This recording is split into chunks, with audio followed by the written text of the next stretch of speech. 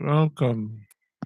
We're Yes, thank live. you. We're live. We're live. Finally, I could take a little bit of rest. I put the call-in number in there for the public if they're not afraid. Um, so Oh, we'll do that.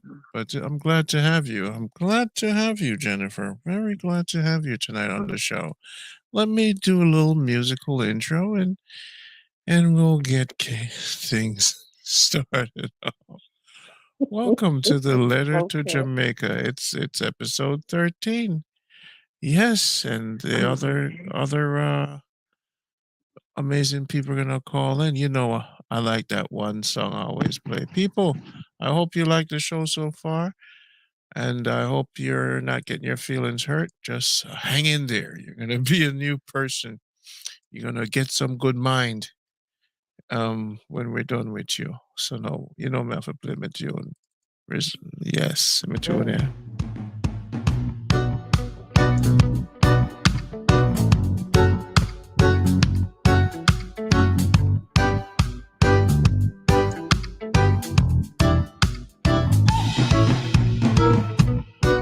Whoa, whoa, whoa, whoa, whoa, whoa,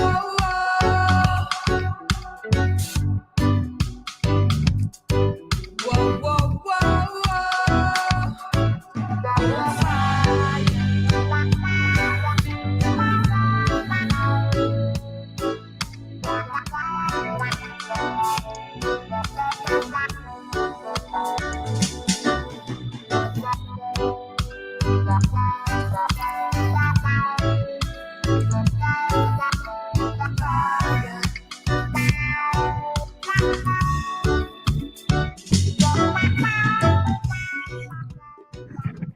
Good night. It's 8:18 p.m. This is February. This is Jamaica Good Life again. Whoa, whoa, whoa. What a day, what a night, what a evening. Show number 12 was so much fire. I almost burned on my house. I almost burned on. Jennifer is there. The other people's coming in soon. You can hear me, Jennifer? Let's see. Is Jennifer there? Okay. Can you hear me? Oh, Yep, I'm boy. here. Okay, okay, okay. We're going to have the other people call in again. Let's see what's going on. That's another one is in. Yes, my people. Hello, hello, hello, hello. Hello. How you doing, Lisa? Hi. Good, good. I'm good. Good night to all. Good night to all the Jamaica Good Life viewers. Yes, yes. I'm gonna let Hey, you guys, Lisa. Jennifer. I'm gonna let you introduce Lisa, and you guys warm things up. I'm gonna sit back and listen to you guys for a second. Talk about any do your thing. Okay, I'm at work, Hey, but Lisa. I will still chime in as much as I can. Okay, well, I'm at work too, 10 job man. You know how it goes. Life is foreign. So So Jennifer, how's the you're at family? work, Yes.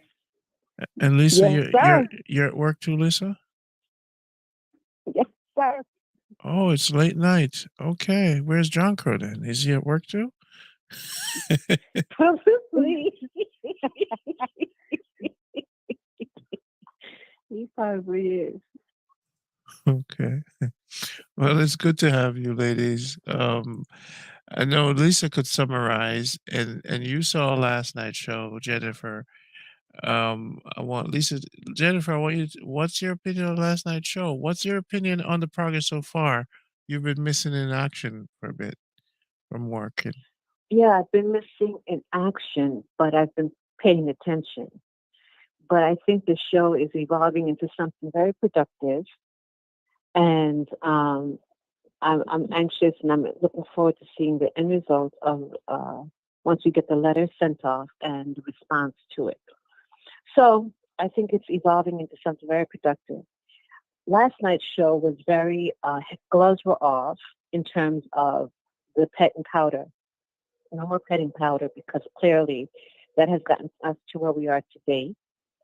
So I think that it is an impetus. It is a beginning of those who will, understand that they don't know as much as they think they do, and that they can learn. We can all learn more. So it was a great beginning. Did you get a chance to listen to the show? You were on it, right, Lisa? Yes, I was. Last night was very productive because I know we Yeah. talking about all those major corporations in Jamaica start contributing to the island that they're on, the island that helps to They're make their reaping their bread and butter. benefits from. Right. Exactly, to start contributing to the community, just take on a project. If those companies Right. can appoint some kind of a community liaison person or team to, go out into the community and, they see what's going on, find a school to adapt, support a football team or, renovate a football field or something for the youth, do something in the community, something to help the youth. Randall even mentioned in regards to container facilities where students can go and read, catch up on things. You can even have remote nurses that you can go and get assistance for, like healthcare. Just so many things that can be done, easily done, and more in a more affordable way. And if they can contribute, that'll be great. We're not saying contribute to Jamaica Good Life. We're saying contribute to the island, the island that you're on. Give back, especially to the youth. Exactly. Adopt a school, adopt something in the community, renovate, create a center, a place that youth can come to and do something productive. So that's what, we touched on that. And, as Randy, as usual, drape up and collar up some people, let out some beating. You know how he do. You know how he do, but that's how sometimes you got to get serious. You got to get the word out there and also educate. How he do, and let people know. Yeah. So Randy's getting the word out there. He's getting the word out, but I really think teaching and trying to educate the new black mind. Because a lot of stuff that we grew up on, like that history book, you can throw away. I was even saying that I learned more about Marcus Garvey when I go to the States and come back than when I'm in Jamaica. Sad but true. And Jonko even said the same thing. I think there's even a park named after Marcus Garvey with his statue. I think it's somewhere in Manhattan. I forgot Garvey where. Park. I think it's in Harlem, I believe. Right. And those are stuff. And this is a guy that this is he's from Jamaica. He was born there. So we need to have more Garvey teaching, more of that history, our history. Bring more of that back to the island. A lot of people in the diaspora, if they can come back, even contribute, whether it's remotely, however they can. Many would like to try to make a change. We're trying to have people sending those letters, the changes they would like to see in Jamaica, not just the changes, also what can you contribute? Because it's easy for folks to talk about a change, but are you willing? Are you ready to help to make that change? So those are the stuff that we were touching on. So what's that quote, be the change you want to see in the world? That would be nice. That will be so nice. We got to start somewhere, right? Yeah. So we're starting from home. Yeah. So that's what we're up to. One of the ways one of the ways I learned about Marcus Garvey was through Bob Marley's music. A lot of his songs were like excerpts from Garvey quotes. And that's another way to teach, once again, through music, right? And, and then, how things evolved. And I started to learn more about him as a person and, you know, what he contributed. But he was a force to be reckoned with. If Edgar Jacobs, what is it, Hoover, could be so encompassed by or threatened by his existence, he was definitely making moves. So, yeah. Yeah, that's one thing I've learned. I've been learning a lot about Marcus Garvey. Yeah, He was really a pioneer. He really definitely. saw something that needs to be done and start making ways and changes and calling out for it to be done, Without organizing for apology. it to be done. Yeah. So Nadine is here. Nadine. Hey, Nadine. Yes, yes, yes. Good night, Amen. blessings, warrior Warrior queen. The Queen, warrior Nadine king, how are Lee. you? How are you there? We're we're good. How are you Yes. doing? I am here listening to the conversation and I love what I'm hearing. But my experience is so different. In even St. Holiday School in St. Thomas, they used to teach us, but not into depth. They just let us know that Marcus Garvey was a hero, Nanny, Sam Sharp, and Paul Bogle, and they just call the names and tell you that they were national heroes, but not into depth about what they did and what they stand for and what their message was. It wasn't that, and I was like, Nanny was the only woman. That's what I said, but I knew it was more than Nanny. But at the same time, they talk about Nanny that she was one of the national heroes of Jamaica, and but they never go into depth of teaching us as students anything about our national heroes, but teaching us all kinds of other stories about other people, but it's not from Jamaica. So for this 2022, I really believe they have to go back to teaching the children about our national heroes. So the children should know that they have strong black people that fought for Jamaica and to let them know that they should fight for what they believe in. So that is my opinion tonight about national heroes, especially Marcus Garvey. We need to know about our own people. That's right, and that's why I said change starts from home. Definitely, We got to start because from home how to learn can you about our teach own. me? Yes, our own people, how they fought, how they won, how they hide, and what did they do to survive while they were up into the mountains. We need to learn how to survive because when the war breaks out, we need to know what to do, which, I know, but there's a lot of people that don't know.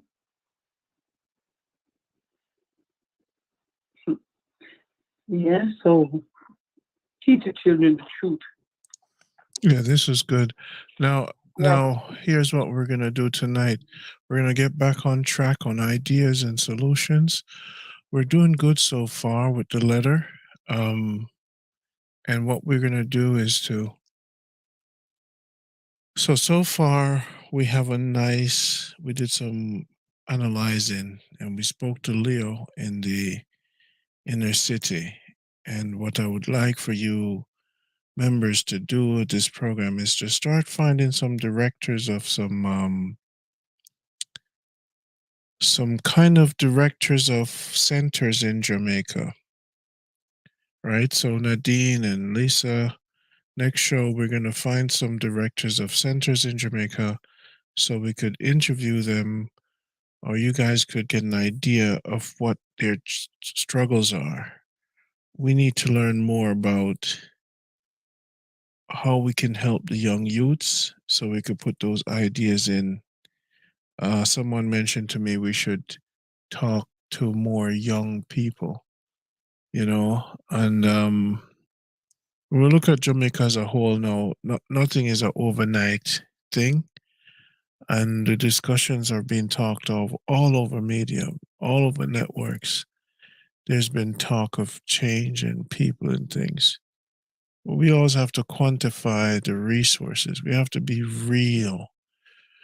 And it all stems down to resources, accountability, monitoring, communication. And what we should also do, if you have friends with pastors in Jamaica, please add them to the program. I want you guys to go out now and find people that we could talk to. Talking among ourselves is great, but let's reach out now to anyone you know in politics. Let's pull them into the show.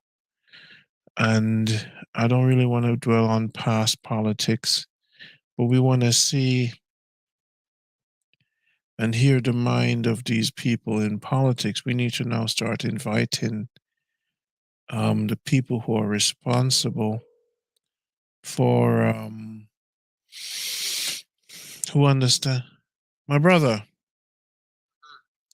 you have about 30 minutes to be on a show to talk about Jamaican condition. I'll text you the number. You could call in. Thank you. So now this person here is someone who understands from a PNP perspective. This is a strong PNP man. And I'm going to get some JLP people because we now have to talk to them and find out if the different parties really, how the different parties damage the country or improve. And this is going to be from a PNP man perspective. So I'll find a JLP person because now we have to investigate each parties. What are the strengths and weaknesses of each parties? We might have one of these parties, these same parties run the country. So hopefully this person can give us some insight if there's a party that is better for Jamaica. And if there's a party that's better for Jamaica, why? Why is this party better for Jamaica? So we want to look into this. Hopefully he'll call in because now we have to look at the political side of things. We're waiting for his call. So this is, and we want to reach out to people now. So whoever you know, Nadine, in politics or politics, whoever you know in the church in Jamaica, we want to start speaking to some. I want to start talking to some ministers who will play active role in Kingston. We want to talk to some people in Kingston that even in the Trenchtown Association. Then we have I have a friend. So I'm gonna start making some connection. So hopefully this person will call in. So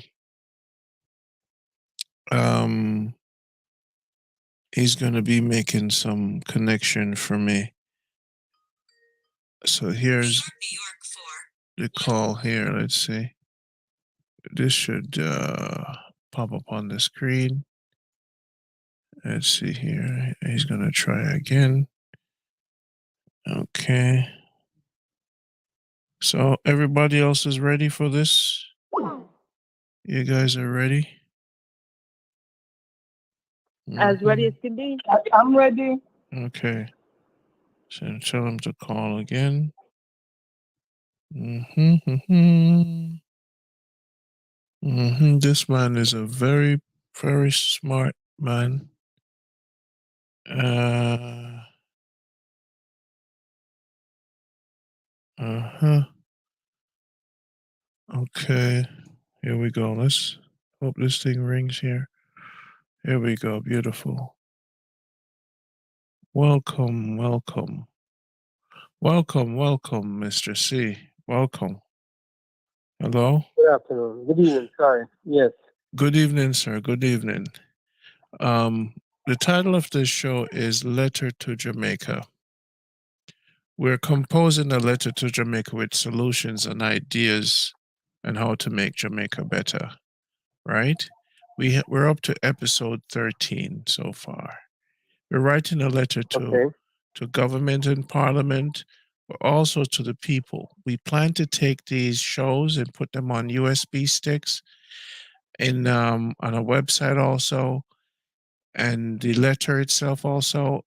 And we plan to present this to the university students.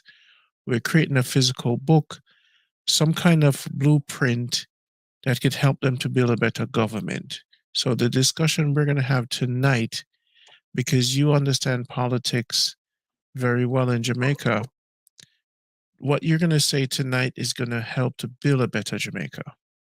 So we're not into the past pointing fingers and who's wrong and who's right. Because you understand the structure of politics in Jamaica, maybe you could help us to explain how you would change Jamaica policies and structure to make a better country. Is it so? The first thing I want to know from you is a brief, vague bio of who you are. Something vague about where you grew up. What do you do? Just something vague where tell us a little bit about yourself. Okay. You want to do that now? Yes, yes, we're live. Oh, sorry. All right. Good night. My name is Maurice Crooks.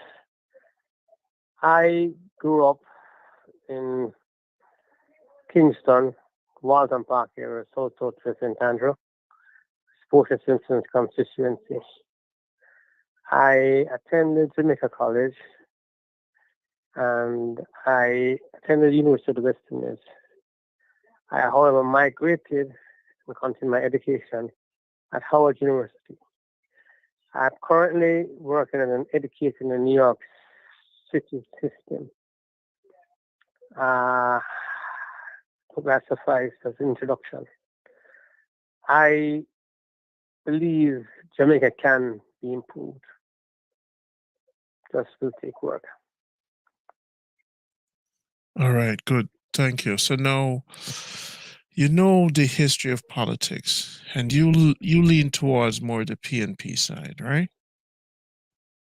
Yes, I do. Now, why do you tell us I don't know much about each parties, but if you were to paint a picture for someone who don't understand Jamaican and the parties, what's the difference between the two parties? Explain first the PNP, then the jail. What's the difference? It's based on their ideology or ideology.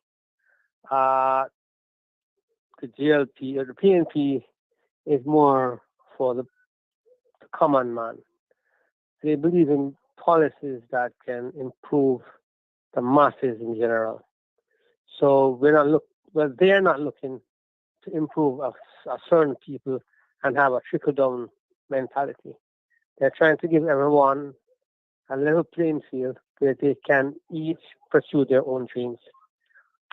The GLP, on the other hand, is the traditional capitalistic party in the vein of the politics of the United States of America, Republican side.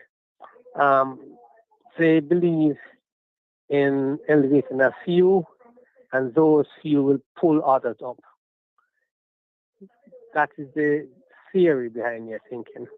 It never normally happens because, as PJ once said, Jamaican system is a people fighting with scarce resources, right?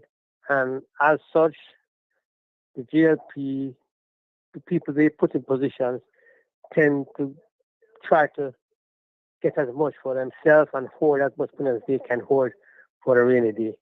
As you can see what's going on right now in Jamaica.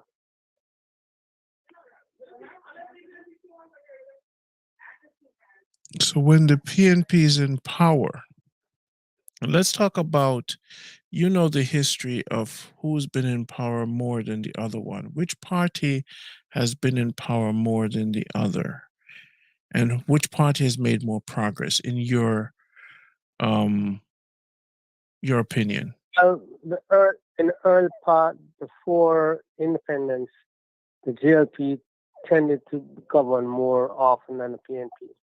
Even after the independence, it was not until uh, it, it was until 72 that the PNP actually came to power, and they governed until 1980. They lost. They returned to power in 1989, and they served until uh, 2007, and they lost to Bruce Golden. And they've been seesawing for the last 2 cycles that GLP has been maintained power to the detriment of the country. So now, which one of these parties made the most progress, and what kind of progress? Well, it is said by a few that before 72, Jamaica had supreme growth. But if they had growth, it was only for a few. The masses were still undereducated, underemployed. It was not until after the PNP came to power in 1972 that they started to see benefits for the masses. We had more free education. In fact, that's how I went to high school, through that program. And many other students in Jamaica. They had equal pay for men and women. They had children who were born as bastards being recognized and doing away with the legitimacy of birth. They had a lot more benefits for the people that unions developed that took care of salaries and things like that. But they had a lot of more benefits for the people generally, health-wise also.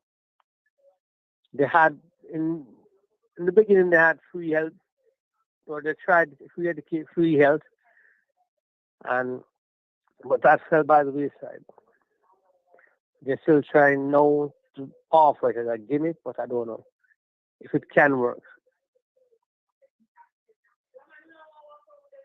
And what progress did the GLP made that was significant? It seems like the PNP was more social. What significant changes in Jamaica the GLP party is known for? To be honest, they said that the structures that exist today were built by the Labour Party in terms of monetary programs. But the fact of the matter is, they were built at a time when Jamaica could not use them. So they were built and stagnated. They did not serve any purpose until the PNP came in, altered the statutes, and allowed it to function to benefit the people. So it was actually built, but couldn't do anything. There are no use. Okay. As far as when a certain party is in power, how is crime shift and corruption lowered? Do we have less corruption with PNP, more corruption with JLP, or less corruption? What's your opinion? Crime and corruption based on parties. Well, based on statistics, both parties have really failed at the control of crime. However, it's really the approach. It's the need for consensus. It's a need for a program that will work.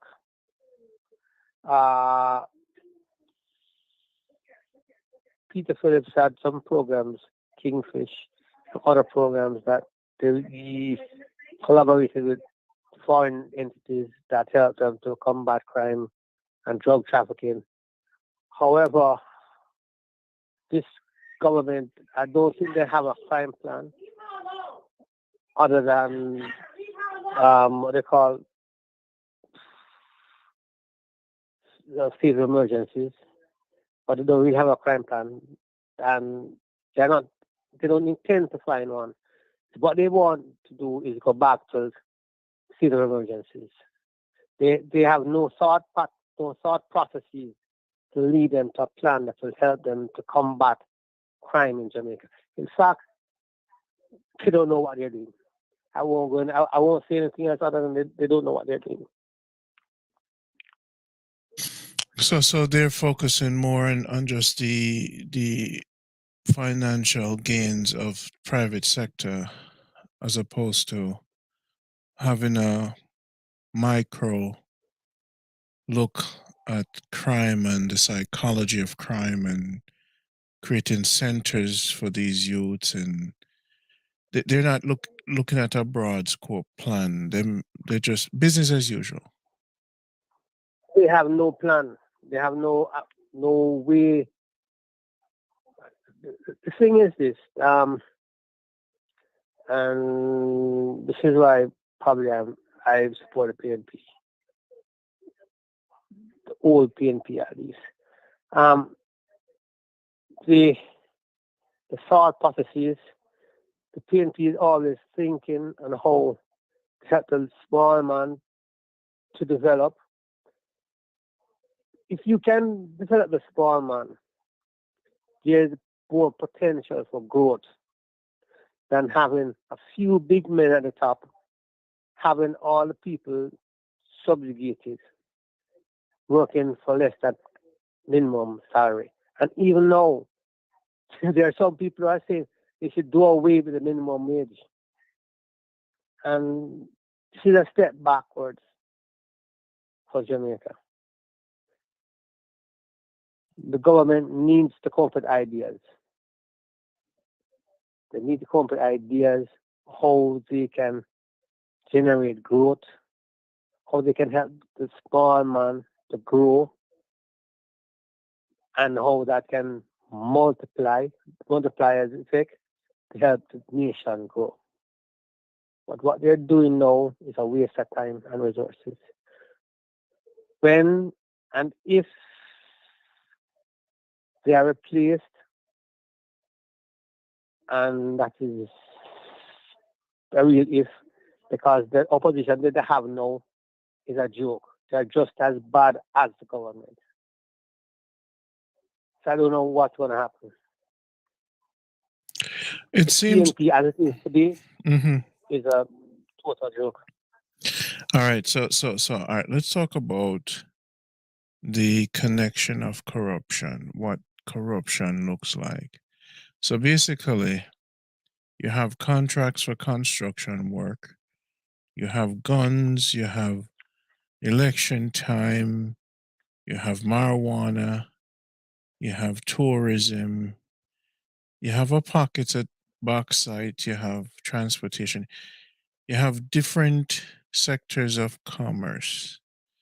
I know that now the political parties fund the different crime lords to get votes in different communities. So there's a relationship between criminals and politicians for voting increase. That's a fact for both parties. Am I correct?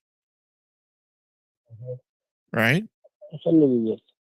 Yes, I would agree with that. Okay, so Jamaica, one of the main challenges is that both parties have relationships with criminal enterprises in order to maintain their power in office.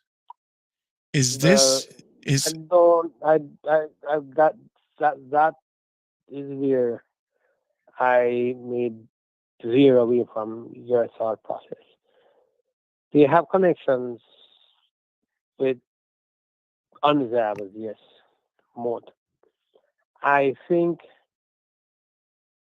some entities used to organize people initially for movements towards improvement. However, because of lack of proper due diligence in terms of the government entities, things went awry. I know that, but I know for a fact that that's what happened in some cases.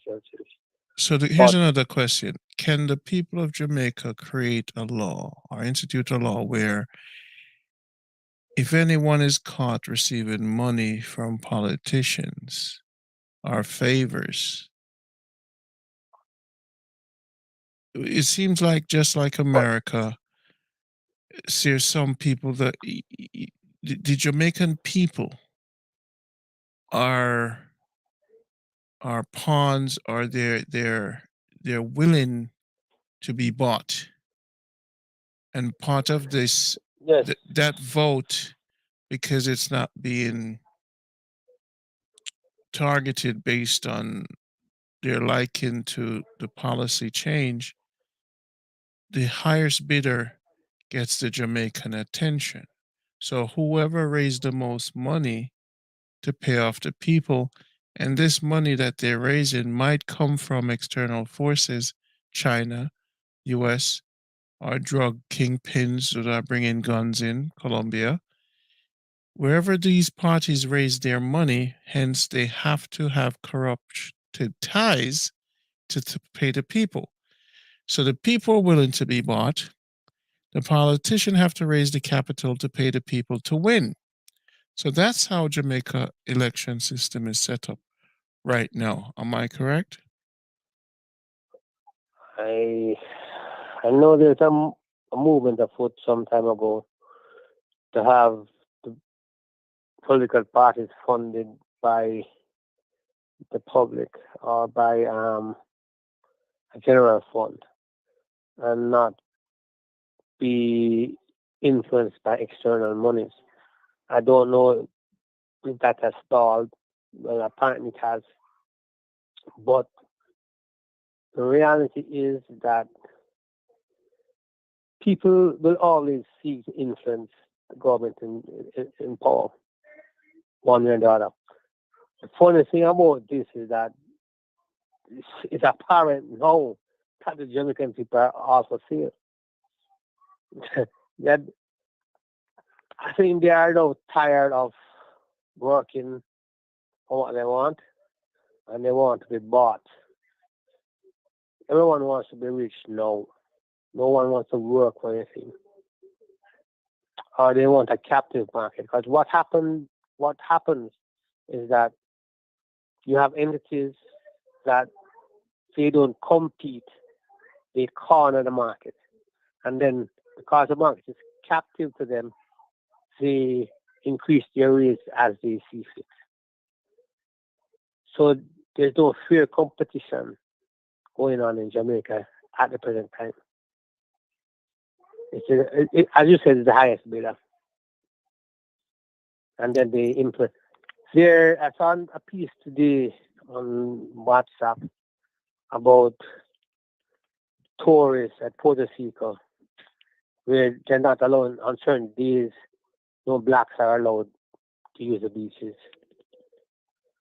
It's reserved for tourists. It's reserved for non-blacks, rather. I guess for tourists. But what I'm saying is that Jamaica is reverting to a pre-62 atmosphere, pre-1962 atmosphere. We have segregation or classism. We still have classism going on today, but rampant. So now that these two parties are at odds based on ideology, we're seeing, and the people, the third party, can be bought. There's a competition. If PNP does have the best interest at heart, they still have to raise the capital to buy the people, because the people are no longer Not studying. necessarily. Not necessarily. Well, stick up in. The last cycle, I believe, or about the last 2 seconds, Dr. Nathan Cameron said the PNP needs some of the money. And this led to the advent of Peter Bunting and Mark Golden and the fight against a man like Peter Phillips. Now, what happens is that these guys, Bunting, Golden, they got their chance under the PNP as youngsters, and they had opportunities to grow, and they did. However, these guys are actually capitalists. So the PNP, in my mind, is almost the same as the GLP.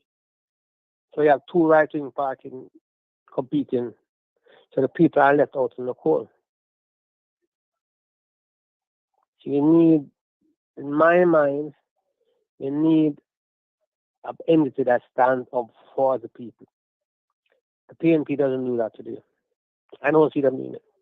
You have to get rid of those individuals at the top and rebuild before anything can happen for the PNP. As far as Jamaica is concerned, until they have parties that represent the people continue to suffer. They continue to elevate a few over the masses, and there will be no growth, only lethargy. All right, so here's what I'm saying. One thing I realize about the realness about Jamaica is something called resources. Jamaica produce what? Bauxite, tourism, farming, and cultural music. And that's about it, right? Options, yes. Yes. So then now, the reality about Jamaica is this. If there's not external resources coming in, big $1 billion, if a political party don't align themselves, let's say with a China, and offer China a deal in the future that they might win the office, that's how they might gain their capital to pay the people. When we say for the people, if your hand is empty, Jamaica hand seems to be empty, having a limited resources or limited industry.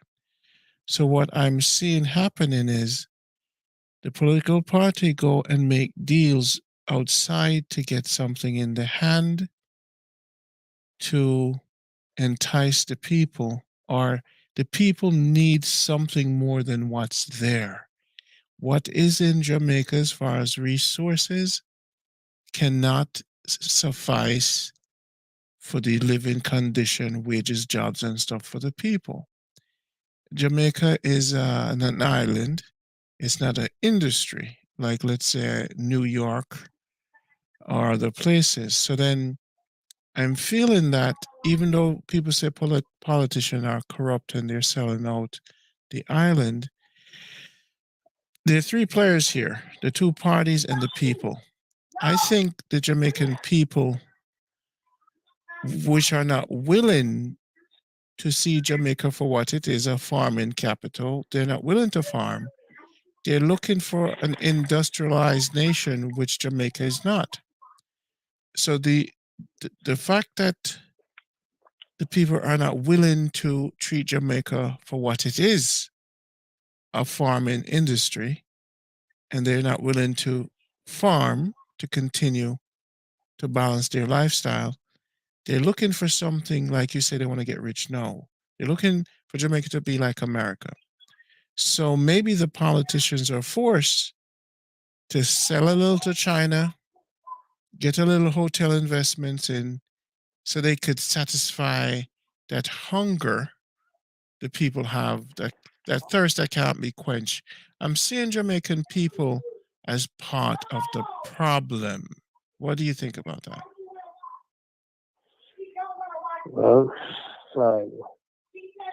it's a mouthful, but let me say it this way. In order, if you know development works, right? How we started out as people started out as nomads, right? And then after being nomads, they started to settle down. When they started to settle down, they became agricultural, right? Then you had um, the agricultural revolution, industrial revolution. That this is where that mass production of agricultural resource production, right? And you sell it to the outsiders and gain money to build your industries, right? And now these countries that benefited from the industrial revolution, they have moved on to technological evolution, right? And they have gone into the computer world, industrial and those nice things, and they have developed and built their countries. Now, for Jamaica, the funny thing about Jamaica is still an agricultural state, as you said. So we haven't experienced industrial revolution, any of those things, right? Because what happened in the 70s when Michael gave the point, he tried to build the country a certain way to have programs were geared to the youths and helping them to develop teachers, people get education in the university to come back and teaching. A lot of people got into the system and they ran with the education. So they never really paid back to the country. So they weren't patriotic enough. So Jamaica is actually a country, a nation of selfish people for the most part. They only think about how to benefit themselves, as you can see today. But we want to move forward. So we have to provide opportunities for growth. When you provide these opportunities, you also have to provide controls. What I think happened in the early 70s when we started giving free education, there weren't any way to control people after they got the education. When they got the education, they migrated with education and the knowledge and did not pay anything to the country. So the country was losing its resources. And then we had the political differences that across the world, the Cold War and all those things taking place that further depleted or put Jamaica in a box. Now that the world has been opened, right, we still need to develop our industries. We still need to farm. We still need to provide income for the people. You can't jump. You can't shortcut development. You can't jump from being a nomad or being an agricultural society to being a first world country. You have to go through the stages. Look at China. It took China 40 years to do it. But China did it. You have to have selective development in your country. You have to have targeted development, rather. We develop areas to give the greatest benefit to the people. And then after you do that, and you build some people, then you move from there to somewhere else. And you continue the growth to enhance the life of many more. You have to start somewhere. And this is the only way you can do it. But as I said, this government is bereft of ideas. They don't know what to do. I like the way you structure your mind and the way you're thinking. Um, but one thing I can agree with you on: Jamaicans abroad and Jamaicans abroad. They didn't support the Marcus Garvey thing in Jamaica. So now we have to now look at the psychology of these people, the division in churches, the level of selfishness, the lack of nation. Um, they don't have a commitment to nation building, more a commitment to entertainment Is it the so entertain? Is it the education level? Now, what percentage of Jamaicans are educated? Because based on what you said, there is facts. But one way it's not working for me is that even Jamaican abroad are not so nation centric. They don't watch JIS. They don't write letter to parliaments. They're stuck in their own party's belief after they left Jamaica. There are people working the diaspora for better. You don't see their public presence. I do not see an organization in the diaspora publicly visible to me. Where do I find them? In the newspapers, in the country clubs, the doctors are together. I don't see the Jamaican nationalists unifying to lobby parliament to I don't see the in numbers the people who love Jamaica, who want to build Jamaica. And I've never seen that kind of movement like they have in South Africa. I only see two parties. I don't see Jamaicans grouping together for a better Jamaica. So that selfish um, psyche, what caused that? What caused it? Is it because we just getting the money to build our house? We just get a chance to come out of slavery? What's causing this selfish, no nation building? Is it the separation in religion and churches? It is the competition among our egos and ourselves because we're brilliant. What's causing this lack of unity towards nation building?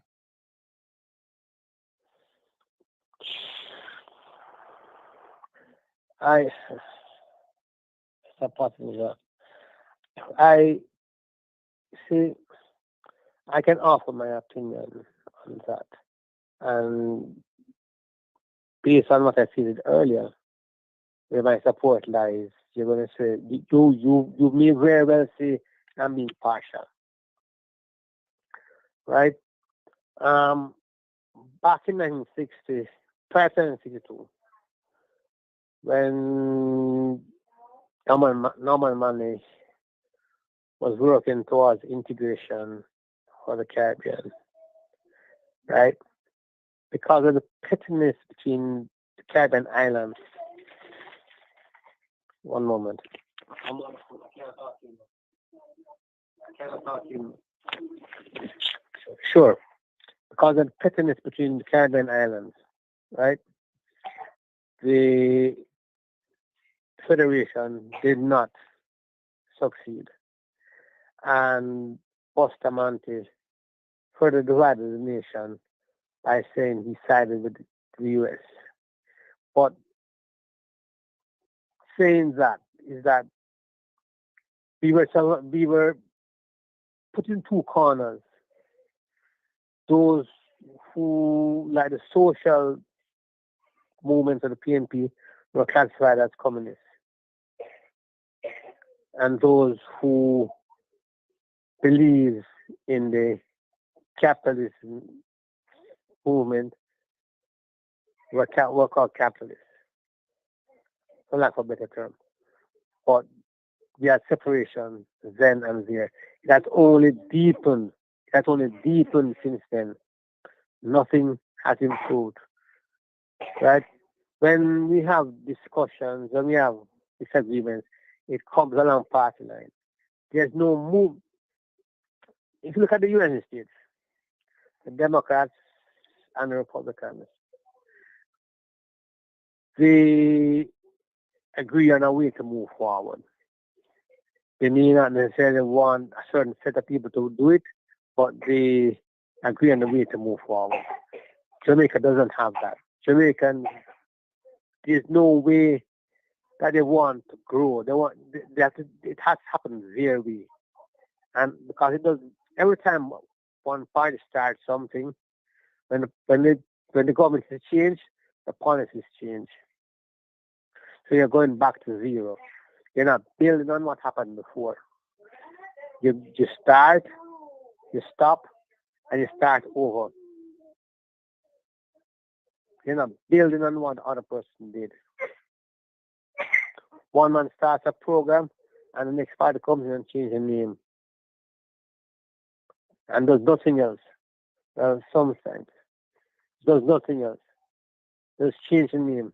And nothing, and everything starts over. People change, and nothing works.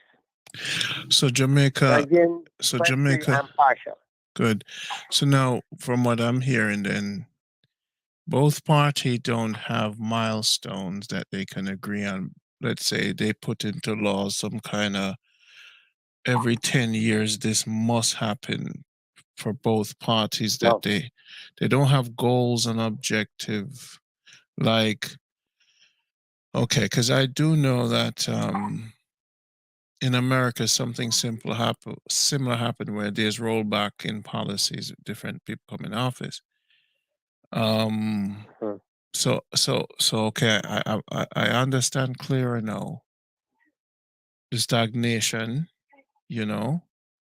so if you don't have a long run in office, you might not be able to do a good job for the people. Okay. Yeah. I see. So, and I'm understanding. Hopefully someone else could help me to understand better. Somebody else is calling in. Let's see what this person has to say. Okay. Hello, good night. Good night. How are you doing? I am well. I am here listening. I agree somewhat and disagree. I think that a lot of Jamaicans, they have mistrust, and that's kind of like part of the reason why they tend to not come forward or not wanting to step up to the place. Not all of them, but they go through personal hurt, whether through their families or friends. So they build up, it's like a guard around them. It's not that they don't care about the country and don't want to be supportive, but your fear, mistrust, I think is a combination of things. Also with, policy in America. Like you have one person who, put certain things in place, and then the next person come in and erase all of what that person did. So it still happens here. It's not only in Jamaica that happened. It also happened in the U.S. So just wanted to say that for now. Yeah, you can mute Maurice if it's too loud. It's okay. Hello? We love the children. Jesus loved the little children. Them. You have to remember that, Maurice. Jesus loved the little children. Them. All right. So sorry. The caller said, the people. Repeat that again. Oh my. Just quickly. No, in regards to there's a combination of things as to why Jamaicans they hold out, hold back, or don't participate. Mistrust, being burnt, and in regards to government, the same kind of thing happened in the U.S. where one party comes in and they make certain rules, then the next one will take over, changes things. So, it's politics is complicated, and trying to get the right people to do the right thing is complex. It's kind of like find me an honest politician. That's all I have to say for now. What Marie says was pretty accurate as far as talent leaving the country, and I feel that the government, like you say, lack of ideas, should have created more incentive to keep talents.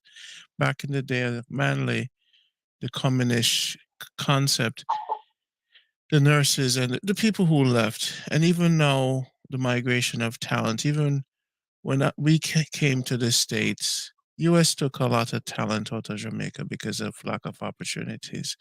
but the incentive wasn't put in place to keep people in Jamaica. But a lot of talent did leave, and the talent, once developed abroad, only look back to go home in retirement. So there are a lot of burning of bridges for people in the diaspora. We were so busy working to build our homes. That is when we got old, we were like, okay, house done, let me go retire. But we were not participating in lobbying. Even though we might get hurt by families, we didn't participate in lobbying government for any change. We didn't write it. I didn't write no letter to Parliament. I didn't know what was going on. You saw my say, so there's a disconnect when talent went away. Janko is on the call. Janko, you there? Yes, I'm here. I'm here. So now, what do you think about what Maurice is saying earlier? What he paints a pretty good picture, and I have a pretty good understanding of Jamaica now, better understanding. What are your take on it? Yeah, what him say there regarding, you know, the PNP. In fact, what him said about the PNP in 1972, that's how I went to school too. In fact, the same alma mater he went to, JC, that's where I went to. So, and it's because of what the policy that Michael Manley, you know, what he did. But I think sometimes we're probably putting the cart before the horse, because you see, economics, you know, the economics is, if I think we should have pivoted to developing our economy, and then you come with the politics to decide how you're going to spend the resources of the country. You see what I'm saying? And I think probably that's where we probably miss the bullet, because miss the target, because we keep putting politics before economics, and maybe something we have to do simultaneously. You see it even here in America too, you know, with African people. We trying, hey, we're voting for the Democrats, we're voting for Republicans, but we don't have no economy. You see, so the purpose of the politics is to create pathways where the citizens of the country could rise to the highest heights in the country. You see, that is the purpose of politics, you know, and then how to distribute the resources of the country. But if you don't have an economy, then you can't really develop no policy. You see, and I think that's where we probably miss the ball, because again, Jamaica is a 98% black country. You see, it's 98% black, but how much of that economy, how much of that wealth do the Jamaican people own? You know, I don't think we ever get a real statistics to, you know, to find out how much wealth that, you know, but we know poverty is widespread all across the country. So, I mean, without an economic policy, I don't really think you can really have a stable, you know, political climate, because, you know, it creates problems. See, the without an economic base, which is the foundation of everything, you have problems. And we see the problems we have, you know, high crime, and, you know, all these other problems that, you know, so, you know, maybe we should have one party. Maybe we should pivot to a one-party system, you know, because the party is working in the interests of the total population of the country, instead of really a two-party system. You know, we see that problem even in Africa too, and, you know, where parties political parties, they have multiple political parties. And in Africa, we even have more probably where the political parties are based on tribal lines. You see, so it's I really don't know if Western style democracy can really work for us. We may have to come up with something new. You know, we have to come up with a new economic policy, a new political policy which guarantees the rights for every citizen. You know, but we know that this ain't working. We know that. So at least we are in lockstep with, you know, what we have there is not working. So we have to come up with something new, something, you know. But we have to remember to, you know, both these political parties were created by two cousins, you know, Bustamante and Manley was cousins.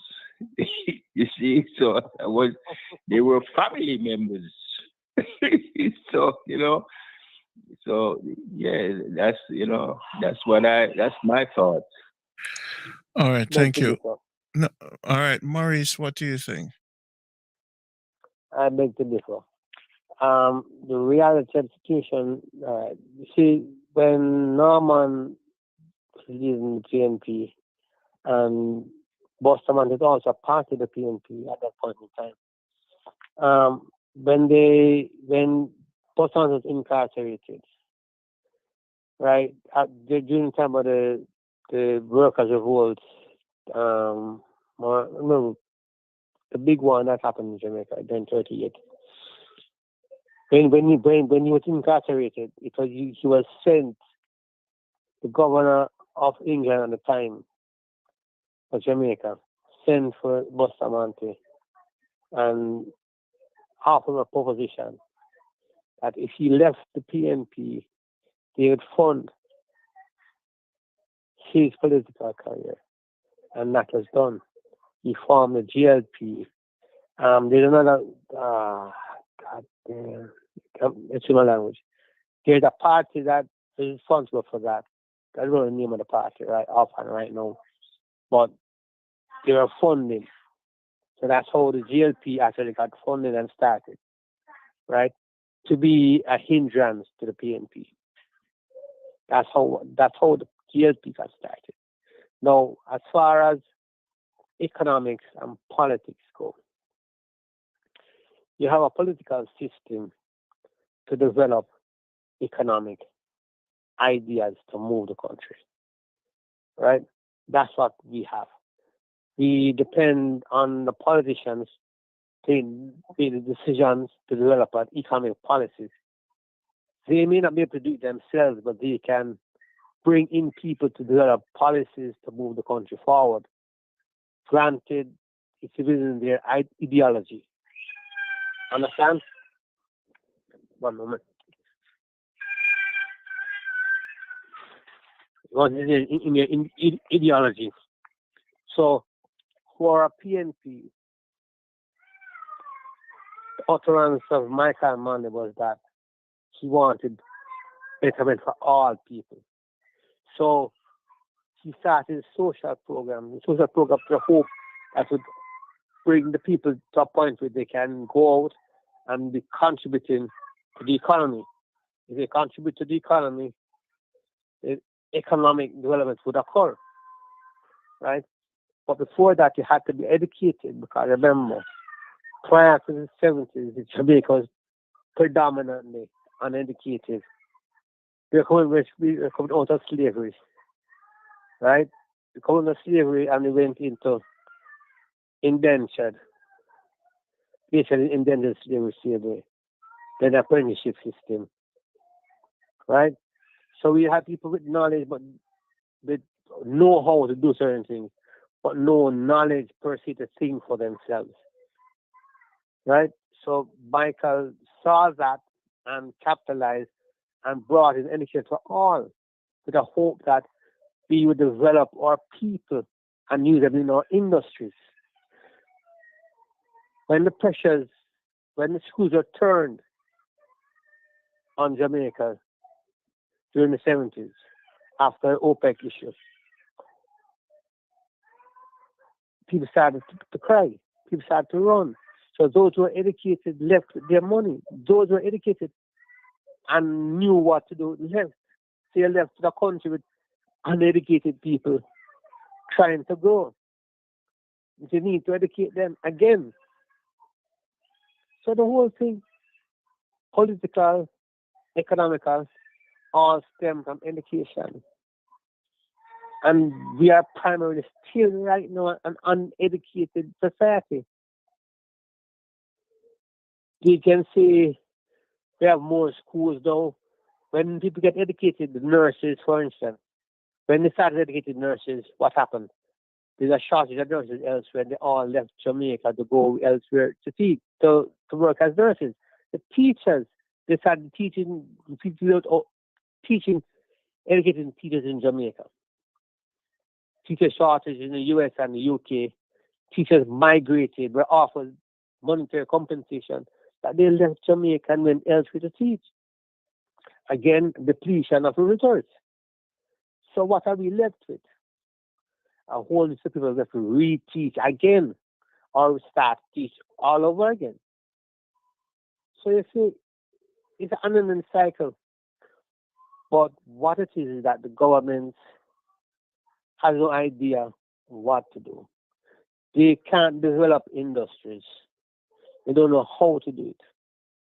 So they're bringing their friends to have a captive market. And then they get a money on the side. That's where the corruption comes from. That's where it comes from, you know. There's a big thing going on right now with FLA. But I won't say anything about that. That will come out in the news. All right, so to have a bigger shift, These are the things. I'm glad for what you guys are saying. The foundation of the stagnation, basically, and the cycle of the lack of progress. Me hear it clear. So to jump forward now, we do know of a nation that's working. A couple of countries out there, Japan, for example, could be a blueprint. You know, I don't think Japan do a lot of farming, so they had to side with technology. So I do know that Jamaica has an opportunity based on the brain power, the mental capital. You know, we have currency as far as brain power. We can't. They're pretty smart. Moving forward, for the people who are in universities are going to listen to this shortly. We're going to try to get it to them.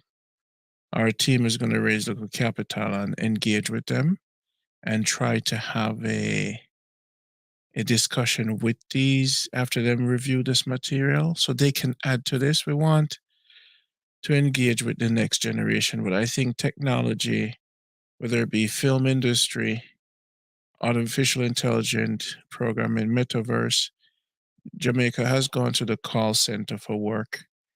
And like India, Jamaica has to probably use technology as an inlet to create capital moving forward so that we don't have this cycle of complacency, lack of jobs.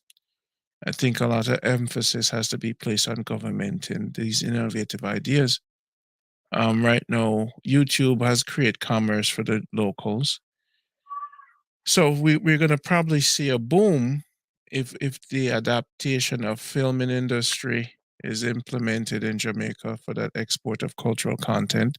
That is a viable means of income. We have to focus on these industries now, animation. You're talking about more stadiums for entertainment, increase the entertainment centers for artists to perform. Any way we could create capital coming in, any way we could have new ideas to create capital for the people. While Maurice, let me mute you for a second. 1 second, hold on 1 second, 1 second. Maurice, go ahead and mute for me. Let's see, Hold on. 1 second, 1 second.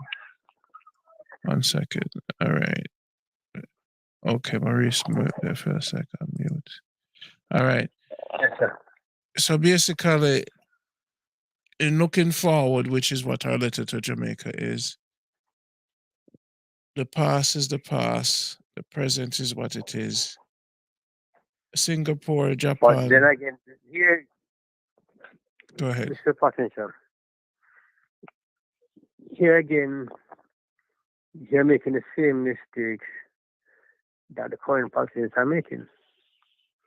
You cannot jump ahead in development. It doesn't work that way. It goes through stages, and you have to go through stages. In any country that you find that has circumvented the process, look for that country to fall. Any country that has circumvented that process, they will fall. Development occurs in stages. So what stages are we? accelerate it. What stages are They we are still missing? We are still in the agricultural stage. We haven't moved forward to industrial as of yet. We haven't been able to master those skills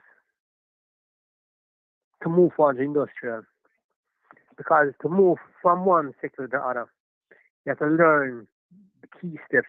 Those steps will allow you to make your society more enhanced and prepare for the future. We are not.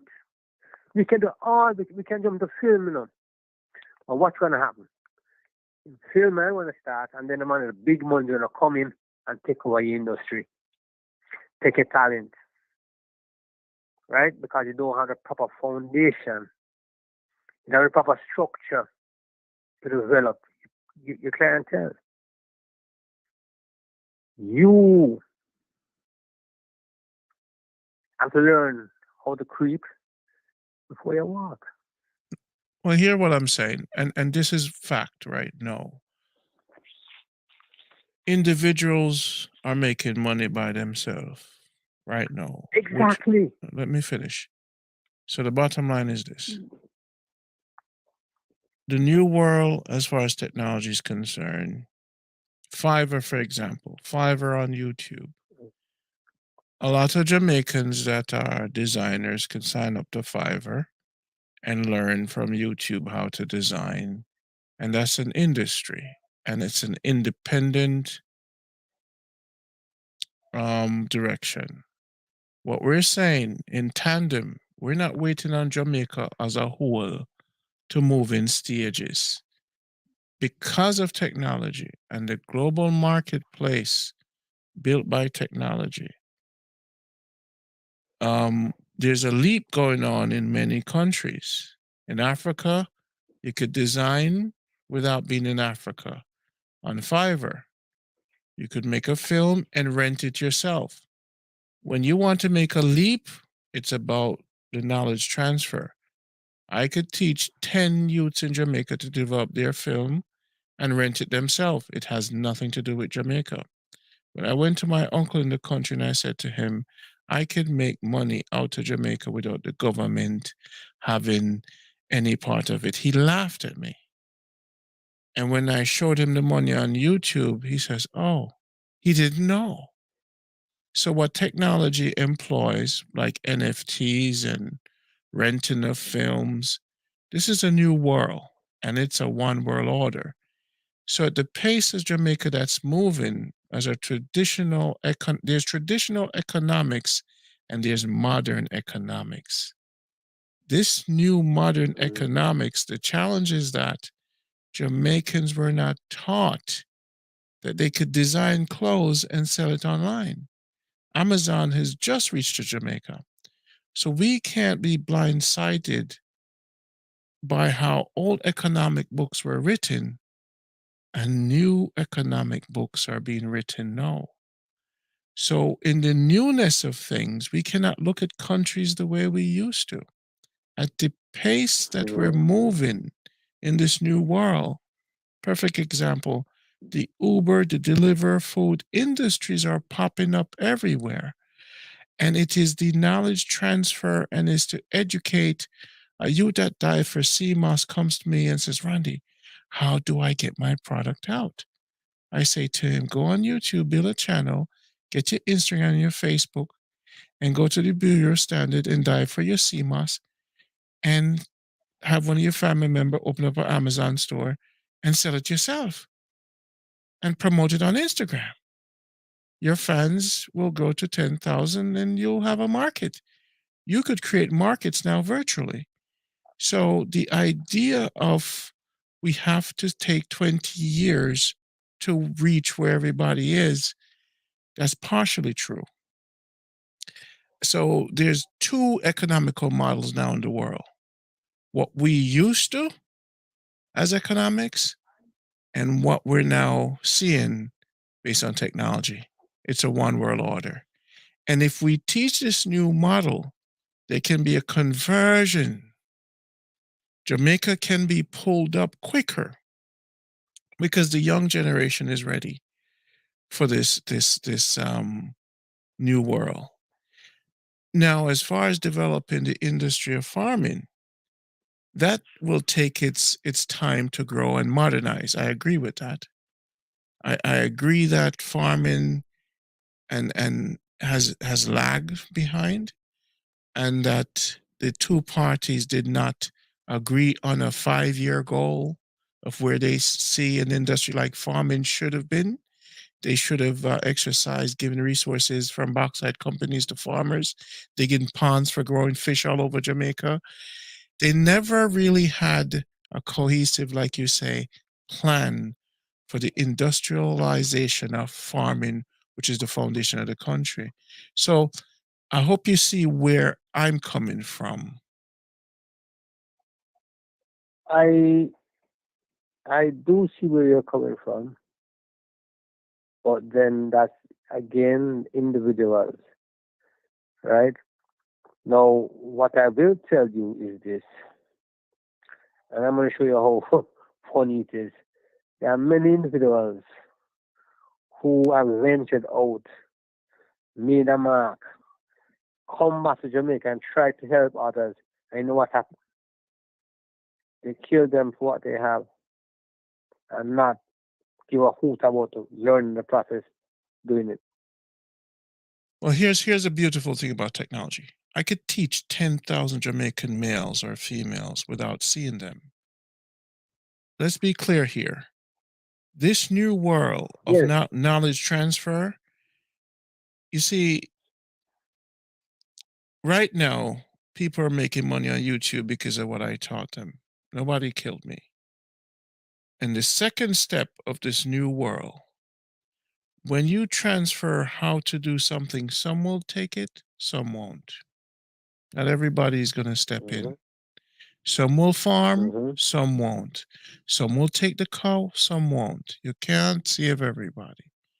But the 5 youths that take the chance and start programming artificial intelligence, they will get the job in the future. But what we have to do, like you say, new ideas, new approach.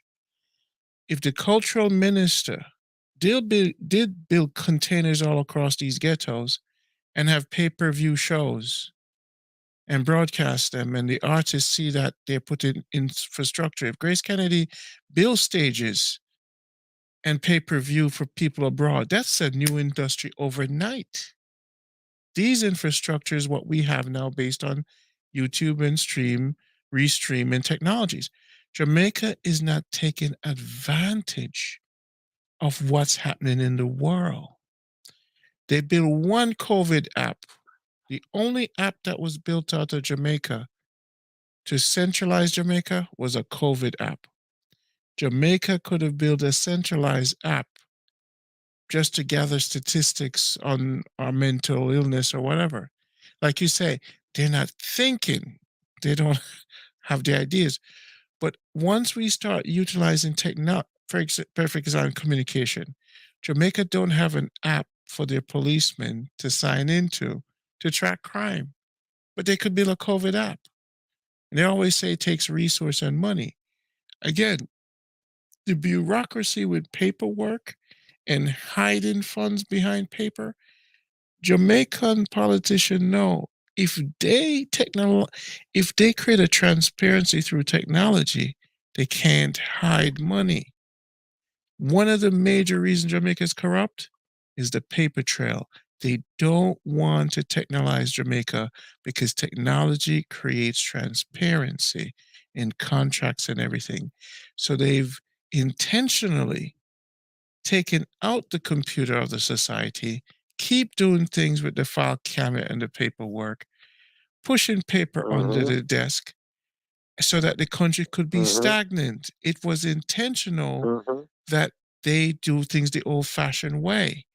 So, what I'm saying to the college students that are listening to this is most of the people in Jamaica, these old heads, they have to go because they love the bureaucracy, the phone tag, the paperwork, and the hiding of contracts. This nepotism, they love it because that's how they make their money. So hopefully, That's what it is. That's what they call in the market. yes. So hopefully we're figuring out what are the challenges with this country. And traveling and staying in Jamaica for a year, going to the post office, seeing the long lines, and the improvement now is that the apps are developing for JPS. They're now the food deliveries are coming in. Amazon is coming in. We're at a You turning know, it's point. also my aunt's birthday too. Hello? So you and her are Hello? Okay. So basically, we're seeing the change. The technology is coming in. And hopefully, whoever is listening to this, they can understand technology is going to be one of the ways we're going to help lift Jamaica out of a portal, a vortex. They're in a dark, slow, bureaucratic, the old way of doing things. And the older heads refuse to let go of the steering wheel to the younger generation. They are holding on for dear life because they want to suck all the power out of the country without handing over the wheel to the next generation. And I think it's imperative that the next generation build these apps to create this communication and these constitution within these virtual apps, these common ideology that they could vote on and move on. Jamaica has to build virtual parties, virtual agreements between each other, and move and vote virtually to move in one direction and pool their money to build or to know they have to influence politics by pulling money on breaking down the walls of bureaucracy. Because if we're having this conversation and 30 years from now, the Jamaica is still the same Jamaica, I think this conversation is going to help the next builders of the country to have a focus on what to dismantle. If we say corruption, we have to find out where the pins are and take out the pins so that the building of corruption can fall. We have to find out what makes this country corrupt and remove it. You see, and they know that if we remove some of these things, they can't be corrupt anymore. So it will take time, but what's your thought, John Crow? Okay, he mentioned about China and China's development. But what you have to remember, China got help. China had Russia and China had America to assist them to develop in 40 years. They didn't do it by themselves. They had Russia right there that helped them industrialize. And then they had America that came in and set up factories over there, and Foxconn, a lot of those electronics are American companies that went and set up in China. But again, I say I pivot back to economics, you see, and that's where we have strayed from. We talk about education. If you're not educating the youth to come back into your community or into the country to contribute to the economic development of the community, then the education ain't worth a damn. You see, you see, we see the same thing here in America. As Carla said, he has lived in America. So we see you get educated. What the black people do, they leave the community. So it's not just Jamaica alone. It's a thing where once they get the education, they move far away from the community. So it's something in our psyche. It is something in the psyche of the African that we have to address. Same saying, we're talking about, the victimization, what we do to each other. That's a legacy from slavery too. You see, we have to talk about what caused these things to. These things don't happen in a vacuum. You see, we don't do these things in a vacuum. We were taught to hate ourselves. You see, and that damage that was done to our minds have not been corrected yet. That's why we're having these problems. See, we can't move ahead as a people because we don't have a common cause, psychosis. So it goes back again to psychology. Slavery wasn't the destruction of the body. It was the destruction of our minds. And we have not corrected the damage, the psychological damage that's been done to us. Unless we address that, we're not going to move. We're going to be here the next 50 years talking about the same thing because it's a mindset we're dealing with. It's a mindset, and we have to change that mindset. Another thing about agriculture, farming. Not everybody is going to be a farmer. We know that. We are aware of that. But you know what makes America so powerful is what some of the richest people in America are farmers. Farmers. And what America do? America subsidize the farmer and she make sure that everybody eat. That's one thing in this country. You cannot starve in America. See, then your country will grow. Because if you can't grow a country with hungry people. See? So you have to develop your farms to the point where you have a bumper crop where you guarantee everybody eat. Even if you have to give them food stamp. And then your country will grow. You see, then you have your scientists over here developing, you have your agriculturists over there developing, you have, what I'm saying? So, we have work to do, but I think we can do it because we have the minds to do it.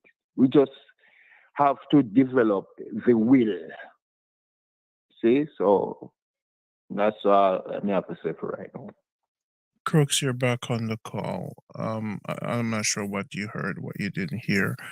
I'm gonna ask Nadine to step in. Crooks, you're still there? Yeah, I'm here. All right. So you have anything to add? Well, granted, it's a developed country. They actually spend money, pay their farmers. So pay their farmers when their crops are not being sold to keep the price the same. So as I said, subsidizing their farmers. So they subsidize and keep the prices high. Right? So they continue to grow. There are places in America where they burn crops just to ensure that the price stays at a particular level. so that they are micromanaging their economy. But in order to develop those things, you're saying about the technologies that you can teach online.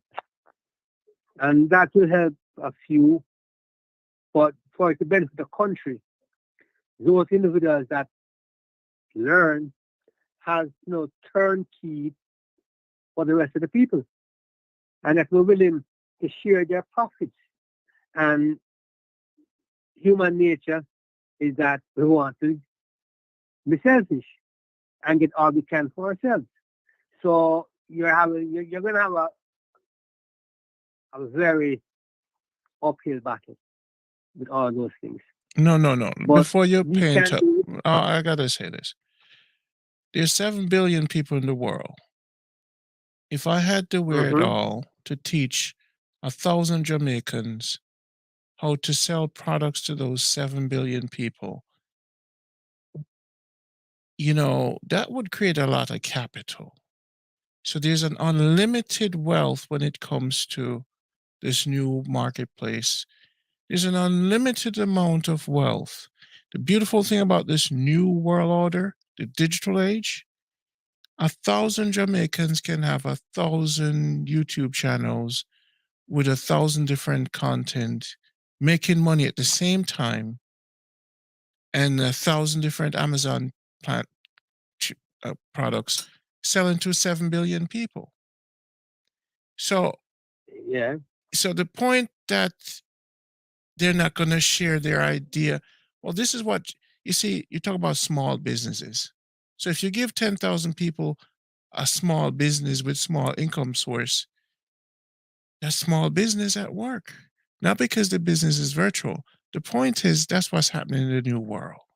So without giving it a chance, which is actually working now, before it never existed. So we have to understand whatever we see money, we talk about economics, we go after it and we teach them how to go after it, because Jamaica does not have an industry. We have limited industry. The bauxite people only hire a certain amount of people and get the bauxite out. Tourism only hire a certain amount of people. Farming is not technology is not increased mass production of food and export. The people who don't want to farm, because farming and technology in Jamaica has not improved. Nobody gonna take up machete and hoe to go farm after a college degree. They're not doing it. So we see farming was not modernized. And because farming was not modernized, it's not sexy. And the farming education, the farming infrastructure, food should not be wasted. Food can be preserved. Tomato can be preserved. Cabbage can be preserved. The idea of burning crap and wasting food, it can be most food can be preserved. So you get the equipment and the machine to preserve them. So that's all science, right? Go ahead. Not oppose, but what I'm telling you are actually things that happen. The United States of America still burn crops to keep prices at a level. They still have subsidies to subsidize their corn, their everything that they grow, they subsidize. So when they don't sell, they send them somewhere in Idaho or elsewhere and burn them. So, granted, you could see other people with it, but that's not how you keep prices high. You're thinking a new world order, I'm clear. Anything you say, I am game. I'm not saying what happens.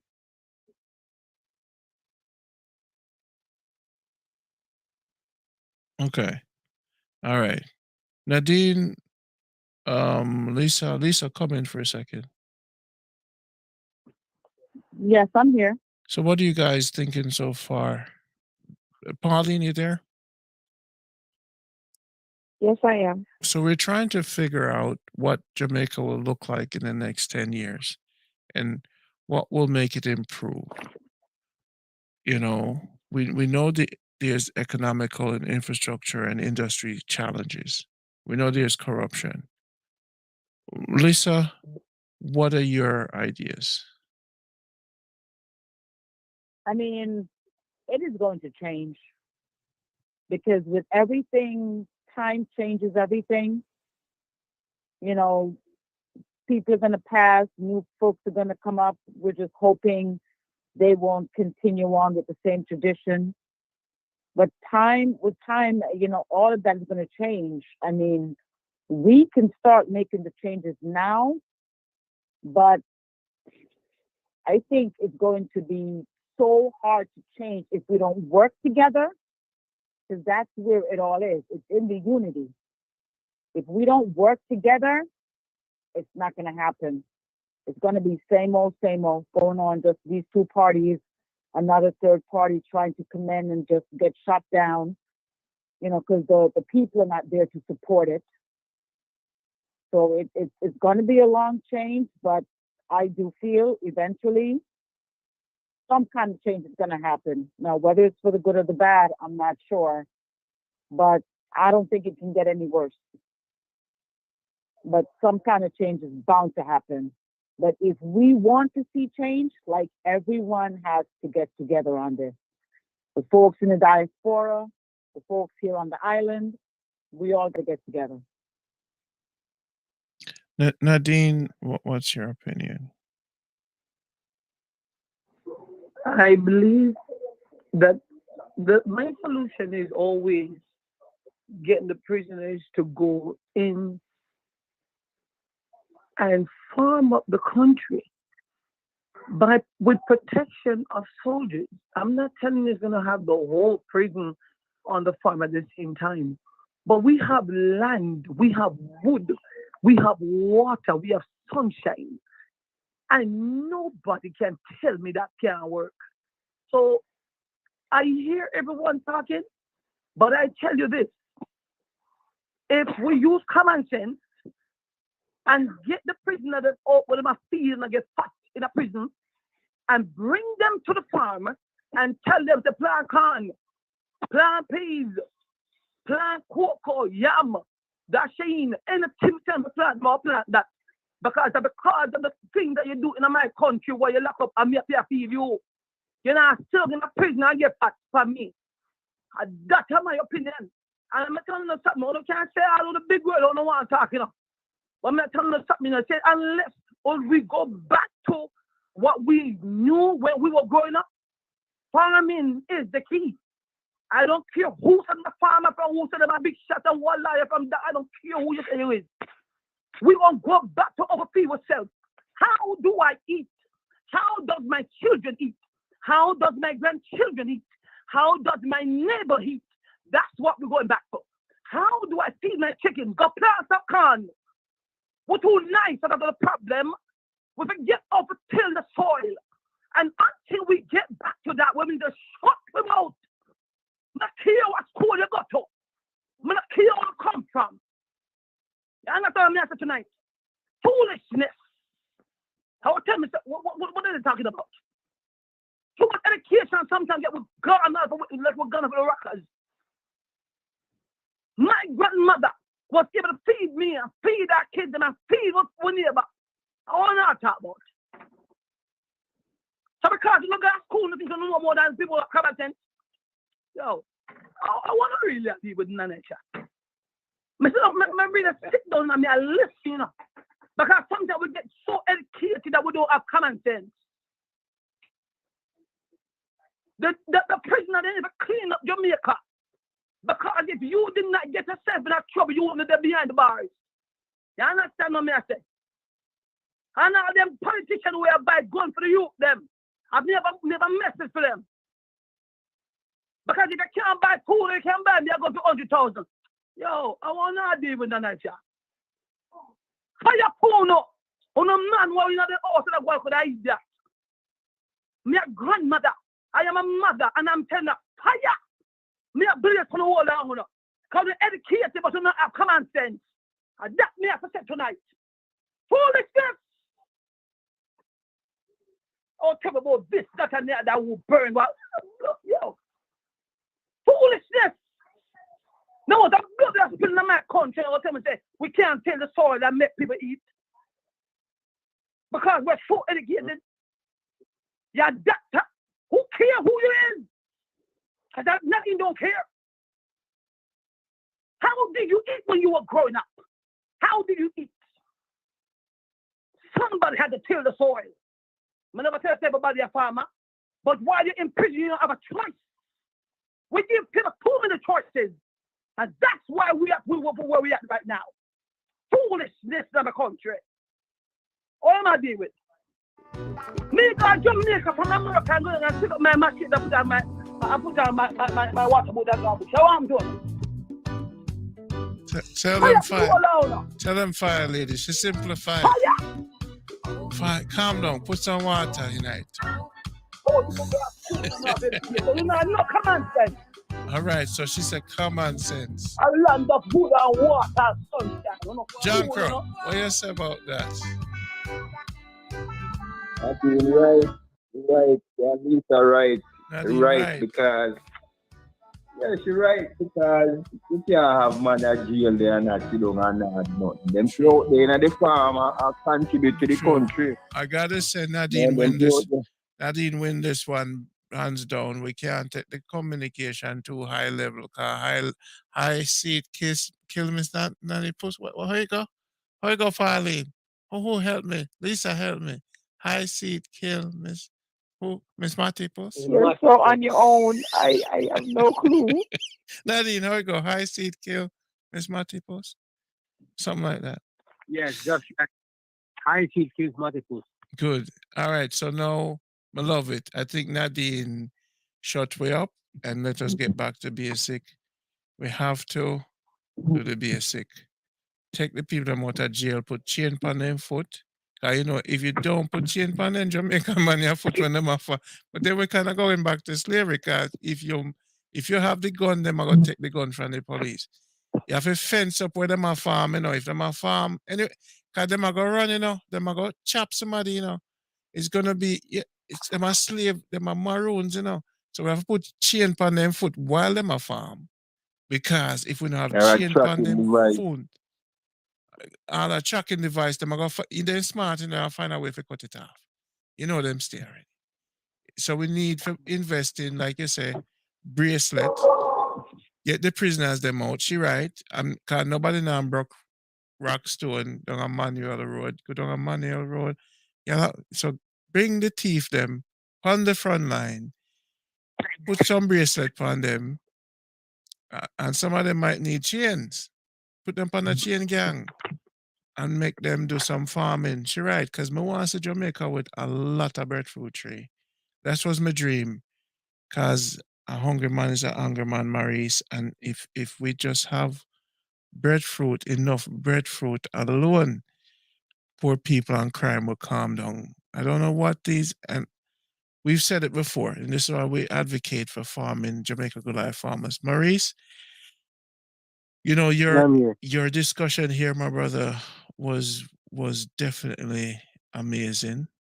I love that I understand the nature of politics, how it worked. I commend you on your years of knowing how the system is. I'm glad say you didn't take a side. You know, you simply say they don't know what they're doing.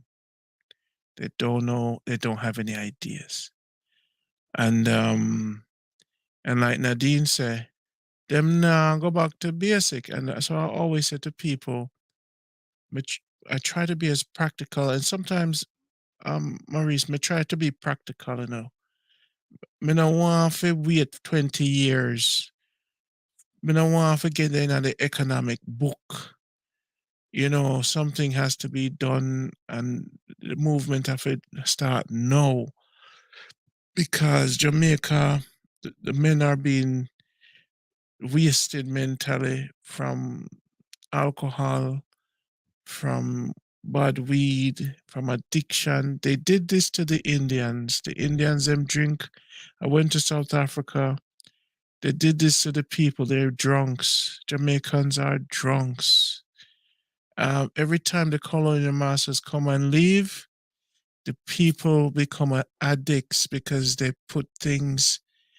It's still hard for them. And like you say, the people at the top carried on the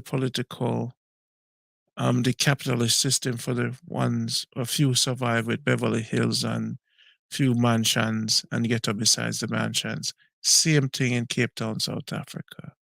You have mansions for the rich, the colonial masters, and ghettos.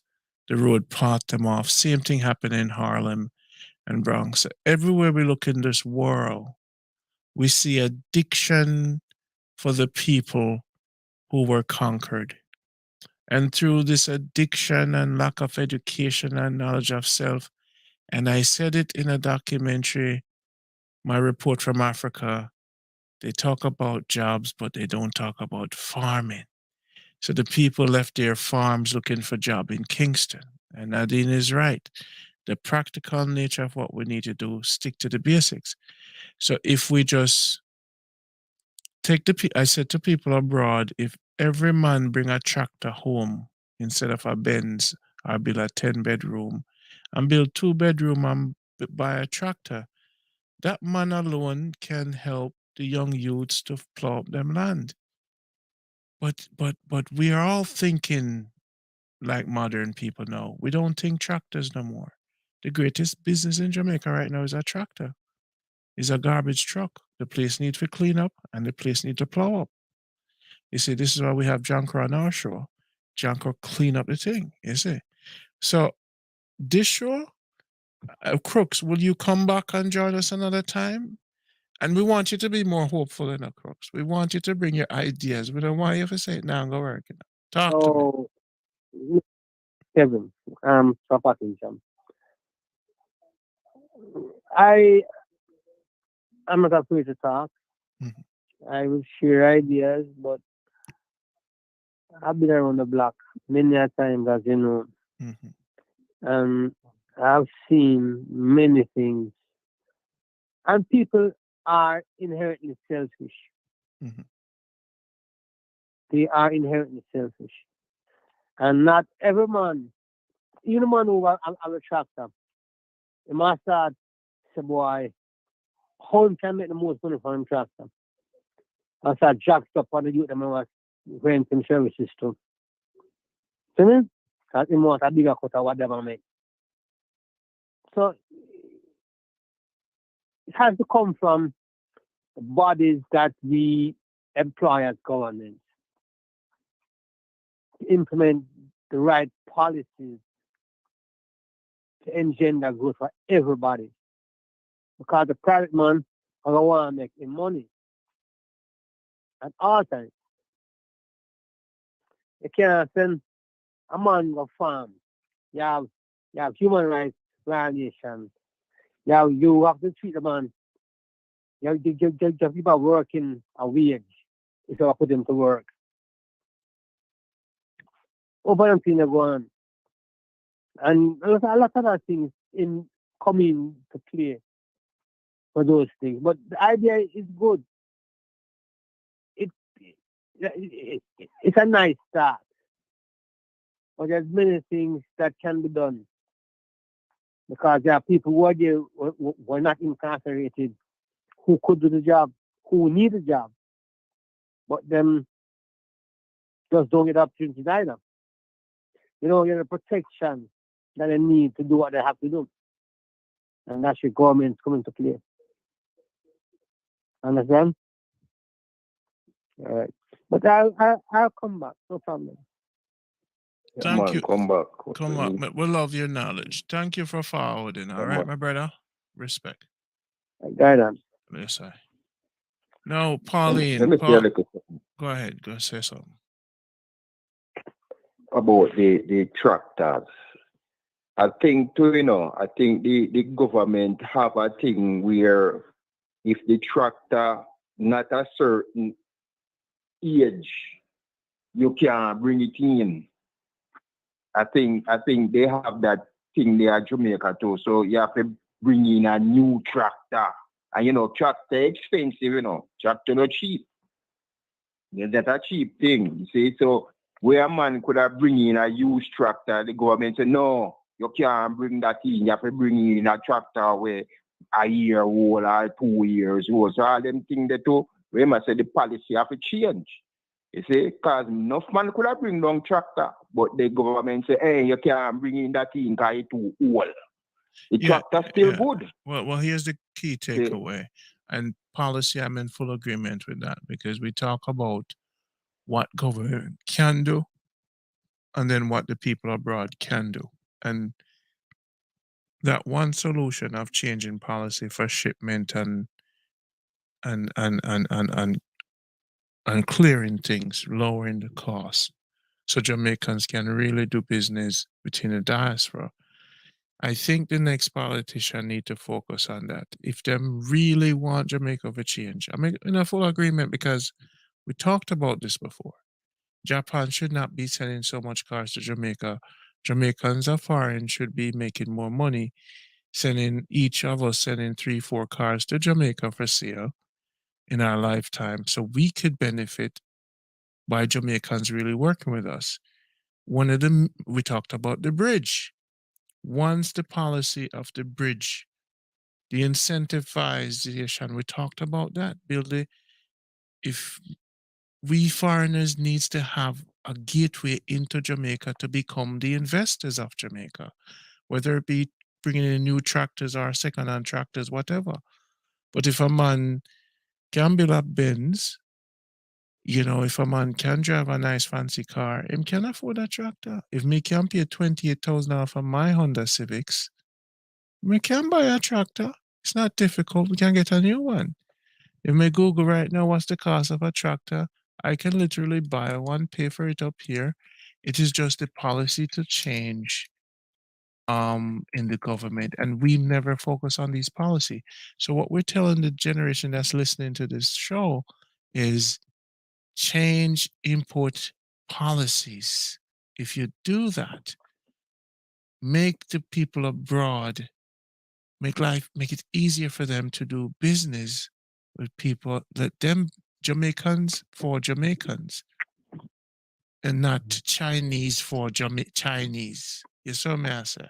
Not Japanese for Japanese. We have to create this protectionism society. Everybody will protect themselves, but us, because the politicians sell out to them who have the bigger money.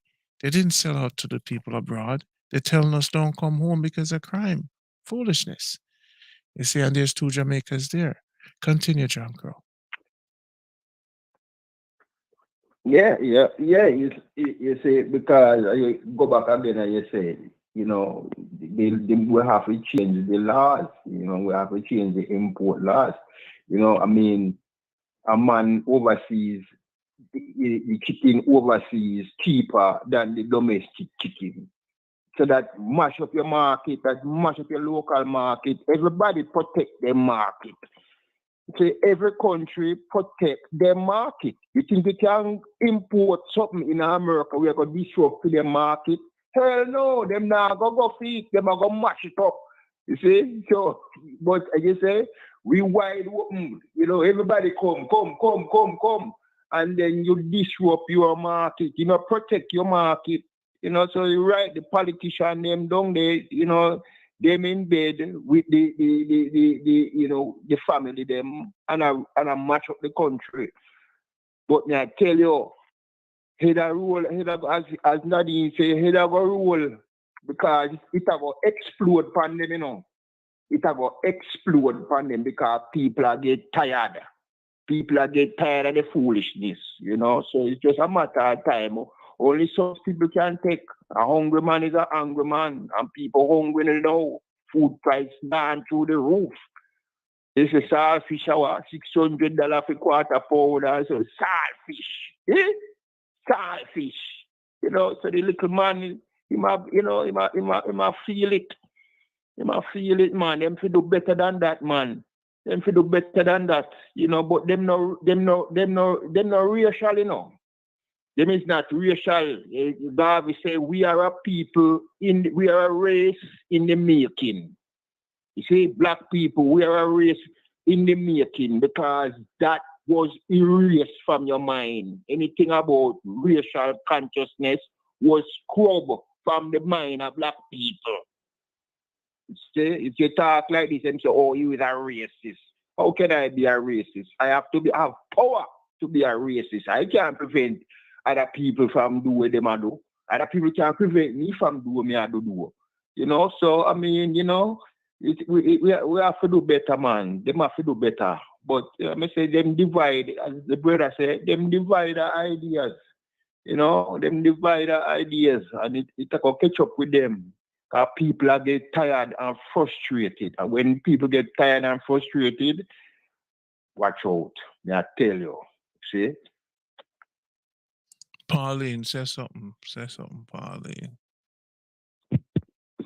Hello, yes, I'm here listening. I think part of the thing that could improve is incentives, and what I mean by that, case in point, to send a barrel home. First you have to stop the barrel, ship the barrel, and then to clear the barrel. So it's like all these different charges, and if there was like a program where things are the discount rate for people shipping things home. And some people, they send things and, people have a little business and they can resell the items. That's one way. Incentive as far as, say, for instance, someone up here, have a degree in something and they want to go back home and invest. There need to be some kind of, well, when it comes to healthcare, living expense, like something to say, all right, if I'm going, I'm not going to left out there, to fend for myself or whatever. But it needs to be more incentive. Yeah, and like Nadine said, in America they have the prisoner making license plates and God knows whatever else. So yeah, utilize the ones that we have in Jamaica, But that's my thought for now. But great show. Good.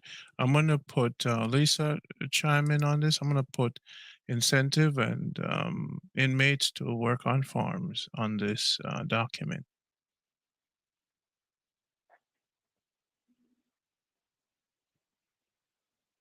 Is Lisa there? All right, everybody. What time is it now? It's Friday night and we're working hard,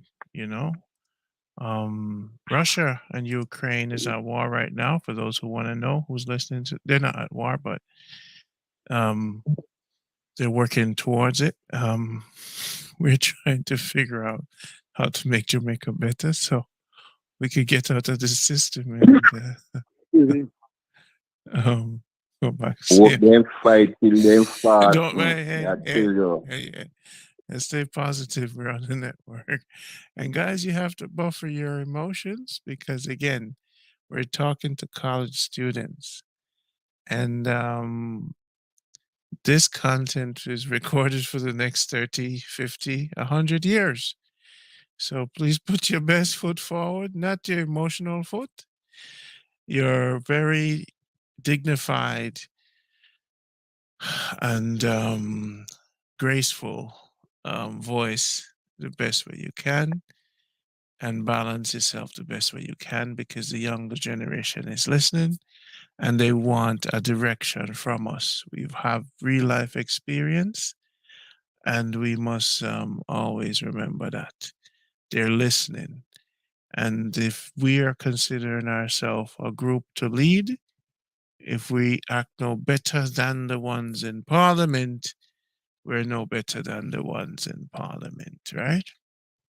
So we have to always be dignified and upright because this is going for the next generation. So what we're going to add to here, which is very important, is definitely, I love it, allow inmates to build the country and create incentives and change the import laws. So let me jot those down. All right, Janko, you're going to summarize the show for me? I think this was a magnificent show. Magnificent show. And we're moving in the right direction, because it's only by talking we can solve the problem, only by putting out ideas. So people say talk, people can lie them a tell. Two talking, we can make things happen. The pen is mightier than the sword, but the tongue is mightier than both of them put together. Nadine, summarize. Yes, I'm a very dignified woman. I am a teacher. I hear the cry of mothers. I hear the cry of our fathers. I hear the cry of our children. Can't find money to buy food. Can't find money to go to school.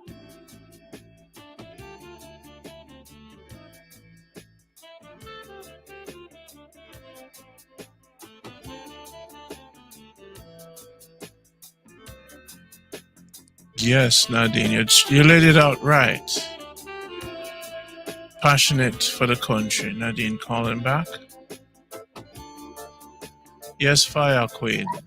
Say it, speak it.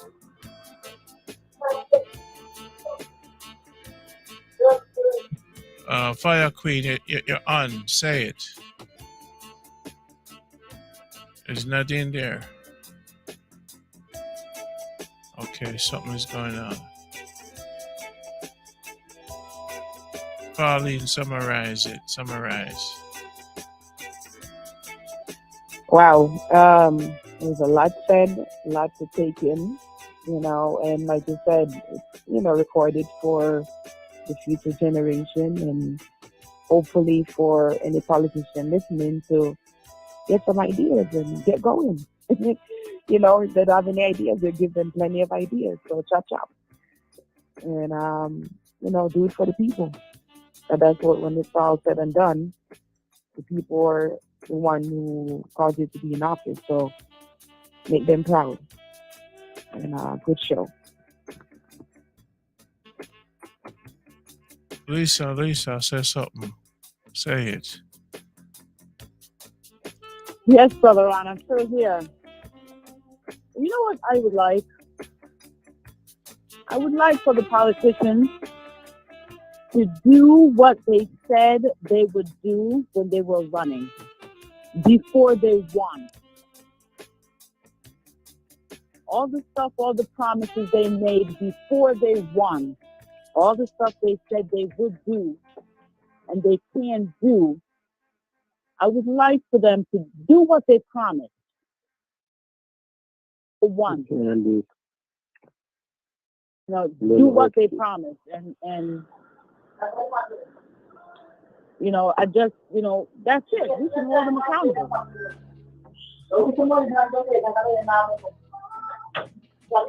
All right, Nadine, hold them accountable summarize it. for all the promises that they made. All right. I think I hear Nadine. Yeah, Fire Lady, sum it up.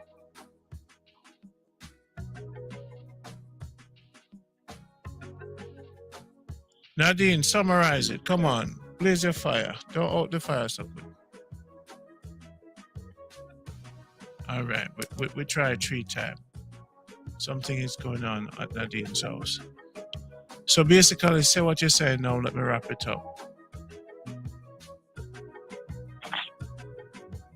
Lisa, say what you're saying. Let me wrap it up. For me? Yes. Yeah, I was just saying for them to, deliver on the promises that they made when they were running. Now that they won, we should start holding them accountable and not just go out there every time in our orange and green and vote. And after voting is over, that's it. We should hold them accountable. And so if they're listening, there you have it. To add to your point, Lisa, sometimes things are not. Yes. Go Can you ahead. hear me? Yes. All right.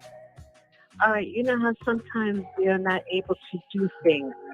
So if they've made a promise, for example, and they're unable to follow through on that promise, then they need to come and say, yes, I remember I promised you A, B, and C. This is why we were not able to get it done.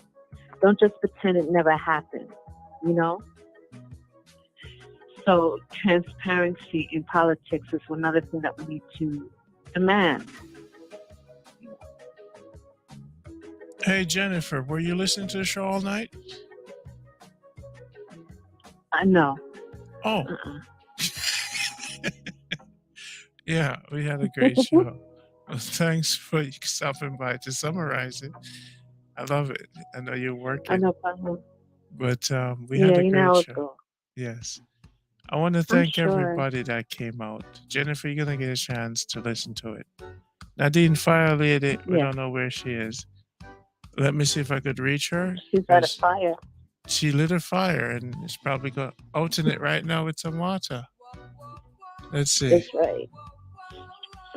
Let's see if she's there. The call was not going through. Let's see if Work the, again. you know, summarize it. Yeah, what I called 2 times. Yes. So Well, what I'm saying is, I spend 9 months at a time sometimes when I'm in Jamaica, mm-hmm. and I heard the cry of the children. I heard the cry of the parents.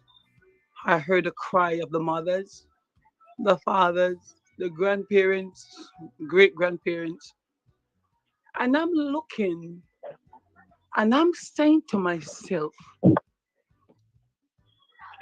are we blind? Are we deaf? And are we dumb? Do we have the five senses? Do we remember that when we were growing up, you had to know your five senses? Because am I the only one who's hearing this? Am I the only one hearing about all the blood that has been spilled to the ground? Am I the only one seeing children going to bed without food? Am I the only one seeing families that cannot even afford to send their children to school? Am I the only one that is seeing children being molested and raped and thrown in the streets? Am I the only one that's seeing women being abused and killed? Am I the only one that's seeing this? Or am I living in another world? Am I the only one that realize that even in the schools our children are not getting a proper education? And am I the only one that realizing that the government is getting all this money from remittance that we're sending from here? I work 24 hours as a living case and sending money home for a mother of 5 children that doesn't have a father on right beside her to help her even buy food for her children. Am I the only one? So here it is. I have a solution. And who want to hear it and think that I am ignorant? I went to school too. But I'm going to use my common sense and say we can fix this. The money is coming into our country. America alone, I have friends that work here and tell me how much money they send. They don't have a child in Jamaica. How many food they send, how many money they send to Jamaica to help families. There is no jobs in my country. Shame on Jamaica. Shame on these men who call themselves men that don't know who they are. Shame on you. That is mine. And the younger generation that's coming up, it is not anger. It is not that I'm not learned. I live this. I leave my job here and I go home and I go to the farm and I can eat healthy. Mm. So if I can leave here and go on the farm and put on my water boot and pick up my shit and pick and buy some seed and bring and give somebody else, we can do this. We can teach young children to, to do their business online and help send themselves to school. Because everyone is not going to run away from Nadine, Jamaica, hold on. and I'm one. Oh, Nadine, I want everybody else to mute their phones, please. Everybody mute their What? phones. Everybody else mute their phones so that way I don't get the feedback. I'm getting some feedback. Go ahead, Nadine. I need the younger generation to know tonight. It is out of love for them that I speak the way I speak. I was raised in Jamaica. I did not leave Jamaica until I was 19 years of age to come to this country. I am a teacher, and it burned me to the core when I go back to Jamaica and see how my children are living. I said, my children, because they are mine. And I will never run away from Jamaica. I'm going back. I'm retiring at 44 years old, and nobody can kill me. Me no fear nobody. But my work will be done. I have a mission, and it's for our children. The younger generation that's coming up should never be going to bed hungry. Never. We had food in St. Thomas so much so that we feed it to hogs. And we're telling ourselves that this can't be done because we were afraid to say how we feel. I'm not afraid.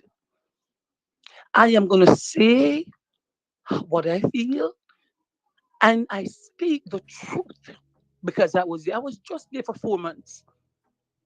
From May to August, I was in Jamaica. And it's the same thing. You graduate from high school and you leave high school, and there is not even a training program that you can go to so you could get a job. You graduate from college, and there is nothing provided for our children, my children. Shame on us. Shame on you, Nadine. Shame and disgrace. That is my final word.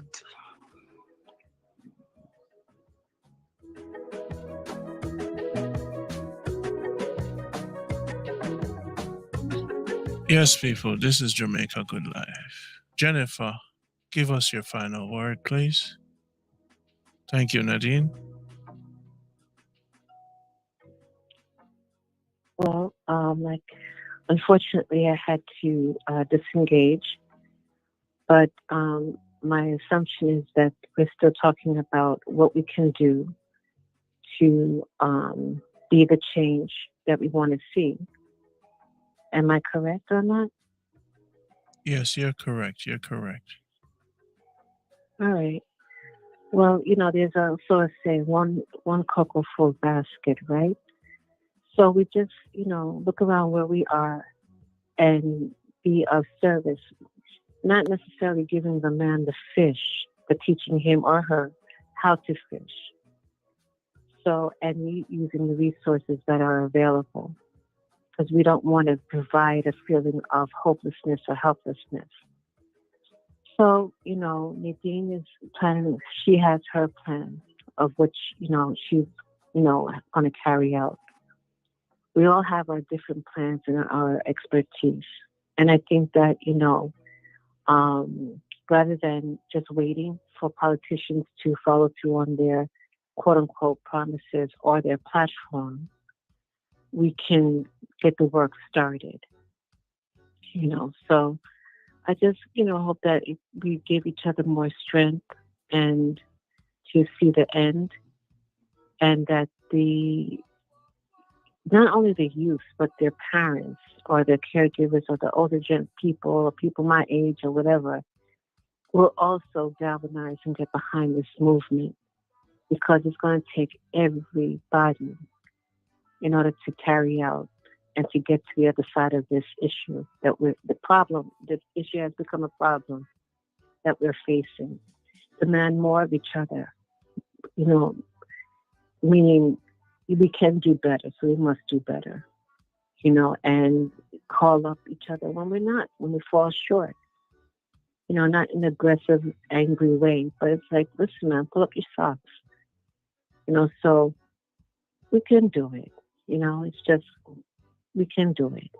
We will do it. We have done it. We just need to remember. Thank you so much, everyone. Thanks for coming out tonight. It's 10:37 p.m. And where would you rather be? On Jamaica Good Life, I want to thank Crook's special guest tonight. This is part 13. This is historical. And always thank Nadine for the fire, because, and why do people say give man a fish? Why don't they say give me some pork? Crooks, you like pork? You guys eat pork? I need some pork. Forget the fish. Yeah, Jankro, you eat pork? Yes, I eat pork. Good. Let's give a man some pig. Pigs. Pigs for everybody. We're going into a pork here. Thanks again, guys. It seems like Crooks is loving this show. This panel will grow. Thank you. Nadine brings the passion on it. I want to thank everybody. This is 13. Imagine when we get to 130. The people who didn't watch it, I forgot to watch it from number 1 podcast. Or them reach to 2,000. By the time we reach to episode 100, what should be our episode to finish the book and the letter, guys? Get a vote on this. Maybe episode 20 or what? We should get the letter off to Parliament and to the people. And for participation, people, remember, just email JamaicaGoodLife1@gmail. And for those who can't email, you could text. I'll put up the number. There's a lot of people who listen to this.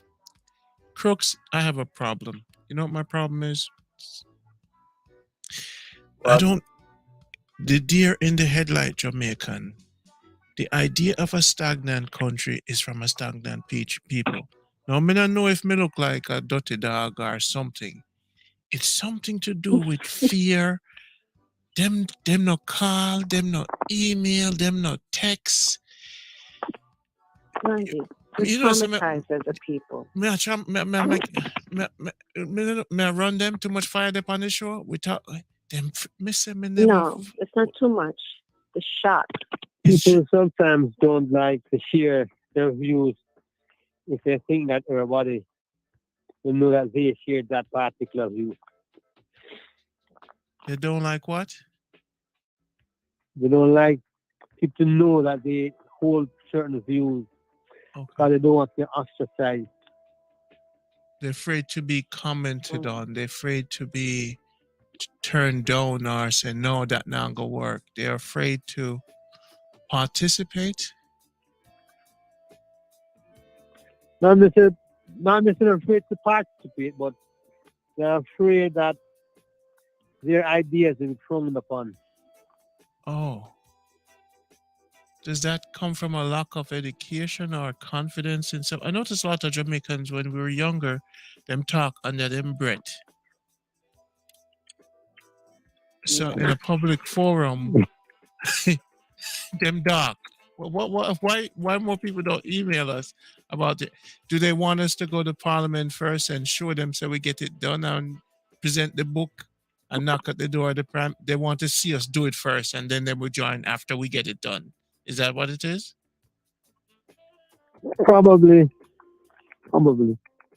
Okay, I get it. All right. So I want to. I'm thinking maybe me sound too educated or me talk too nice. What do I need to change about myself, John Crow, to appeal to the people? Don't change yourself, man. Let me tell you here. You see, our people, you can't get in front of them and lead them nowhere. You have to get behind them and push them. You understand? Okay. You have to push them forward. Them now go move forward pan them own, you know.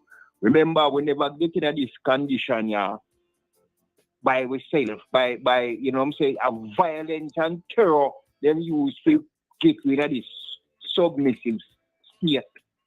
You see, and it's about take that to push we forward. You see, if you get out there in front of them and talk about your lead, them same people are going to shoot in at the back. Now tell you. So you have to get behind them and just push. You see? And then look, tell them we have something else for you. If you don't move, they're going to put it by you. You see? And then we move. You see, you have to use force. You can't talk about, oh, let's hold hands and that not going to work. Because I know that them use to get rid of the state we now. Them use terror and violence. True. So what I'm gonna do now, I'm gonna ask the people in the room. I'm gonna put out the email and wish we get more solution. This show is about an call to action. It's about you writing an email so we could add it to a booklet so we could send it off. Randy Nango eat on I am not Godzilla. Me now go eat on the email. Black people, this is a chance to participate in something small.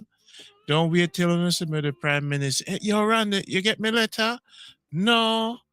Oh, me did send it. Don't wait till we do something. It takes you to be a part of it for it to happen. And I'm not, it's been difficult. We're at episode 13. We have and Crooks. You're brilliant. I expect you to write a letter to add to this letter with your ideas or your bullet points. Everybody's expected to add bullet points to what we can do to present to these young generation in universities and so they can listen to this and say, these elders were really trying to make Jamaica better. And it's because of some of their ideas, Jamaica is better. And I think one of the challenge with the young generation, a lot of people out there, anybody listening to this, if, I go just start call Parliament and find out myself, because Lisa not even try to call Parliament to get to the Prime Minister for me. Come on, talk to him, We need to talk to somebody in government. Crooks, get me somebody number. Go and look for somebody so we can bring them on the show and name them up. You see me? Because we need to do some beating. We need to ask some tough questions to people who are actually making policies. The agriculture minister, but I love to talk to him. Education minister, finance minister. I want to go get me some emails and some numbers so we can introduce this whole show to them. Because we're coming. And don't make it big too far. I'm going to put on my boot and go up there because you think they lock up participants. When me are forward through Parliament, you're going to hear about it. Randy storm the wall. I rather that from it. Randy, I take down the flag. I will take down Jamaican flag from the Parliament building. So take this out. But we have to do something and it's going to happen. One day you're not going to see me in a black ninja suit and scale the wall. And I'm not going to make news. So, Randy, have the letter. Randy, you lost the letter. So anyway, we're going to get this letter out. And it's a start. And hopefully we're doing our part and this will make a change. I said, Crooks, much respect to you, man, because you bring so much knowledge and education to the thing. And everybody else. Thank you guys for coming through again. This is Jamaica. And Jennifer, I respect how you just calm down the thing like a chew. We respect each and every one of your intellect and each and one of your passion. So I appreciate this little group that's moving ahead with me. It's a tough battle. We're small now, but as we move forward, it get bigger and bigger. But thank you guys for being patient and sacrificing your Friday night for this program. Thank you again for coming out. All right? All right. Okay, good night, everyone. All right. Good Respect. night, everyone. Take care.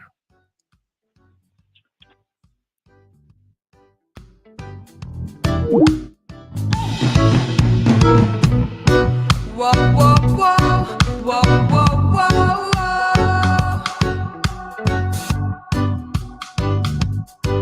Whoa, whoa, whoa, whoa.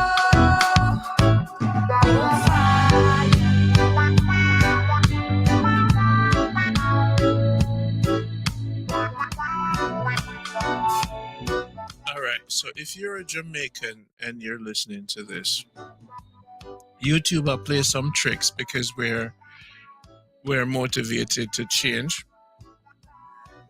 and we're little rebels. I want you to text to WhatsApp 646-330-9150.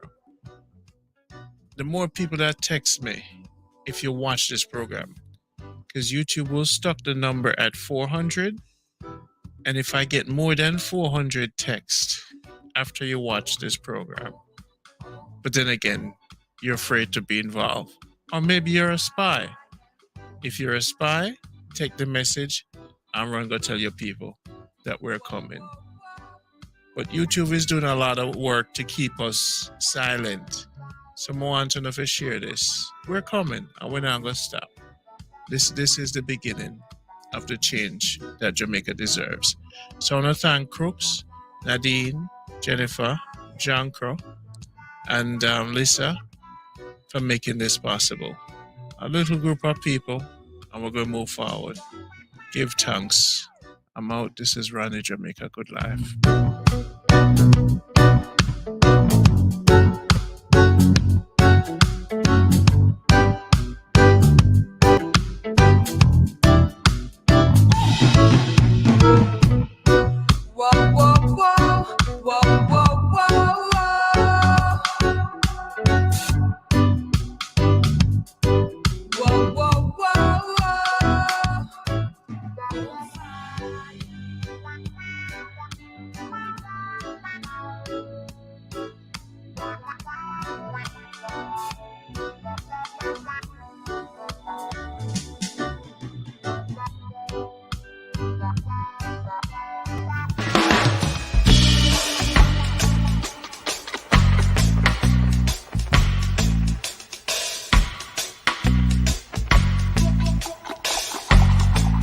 I came here and I saw the pot.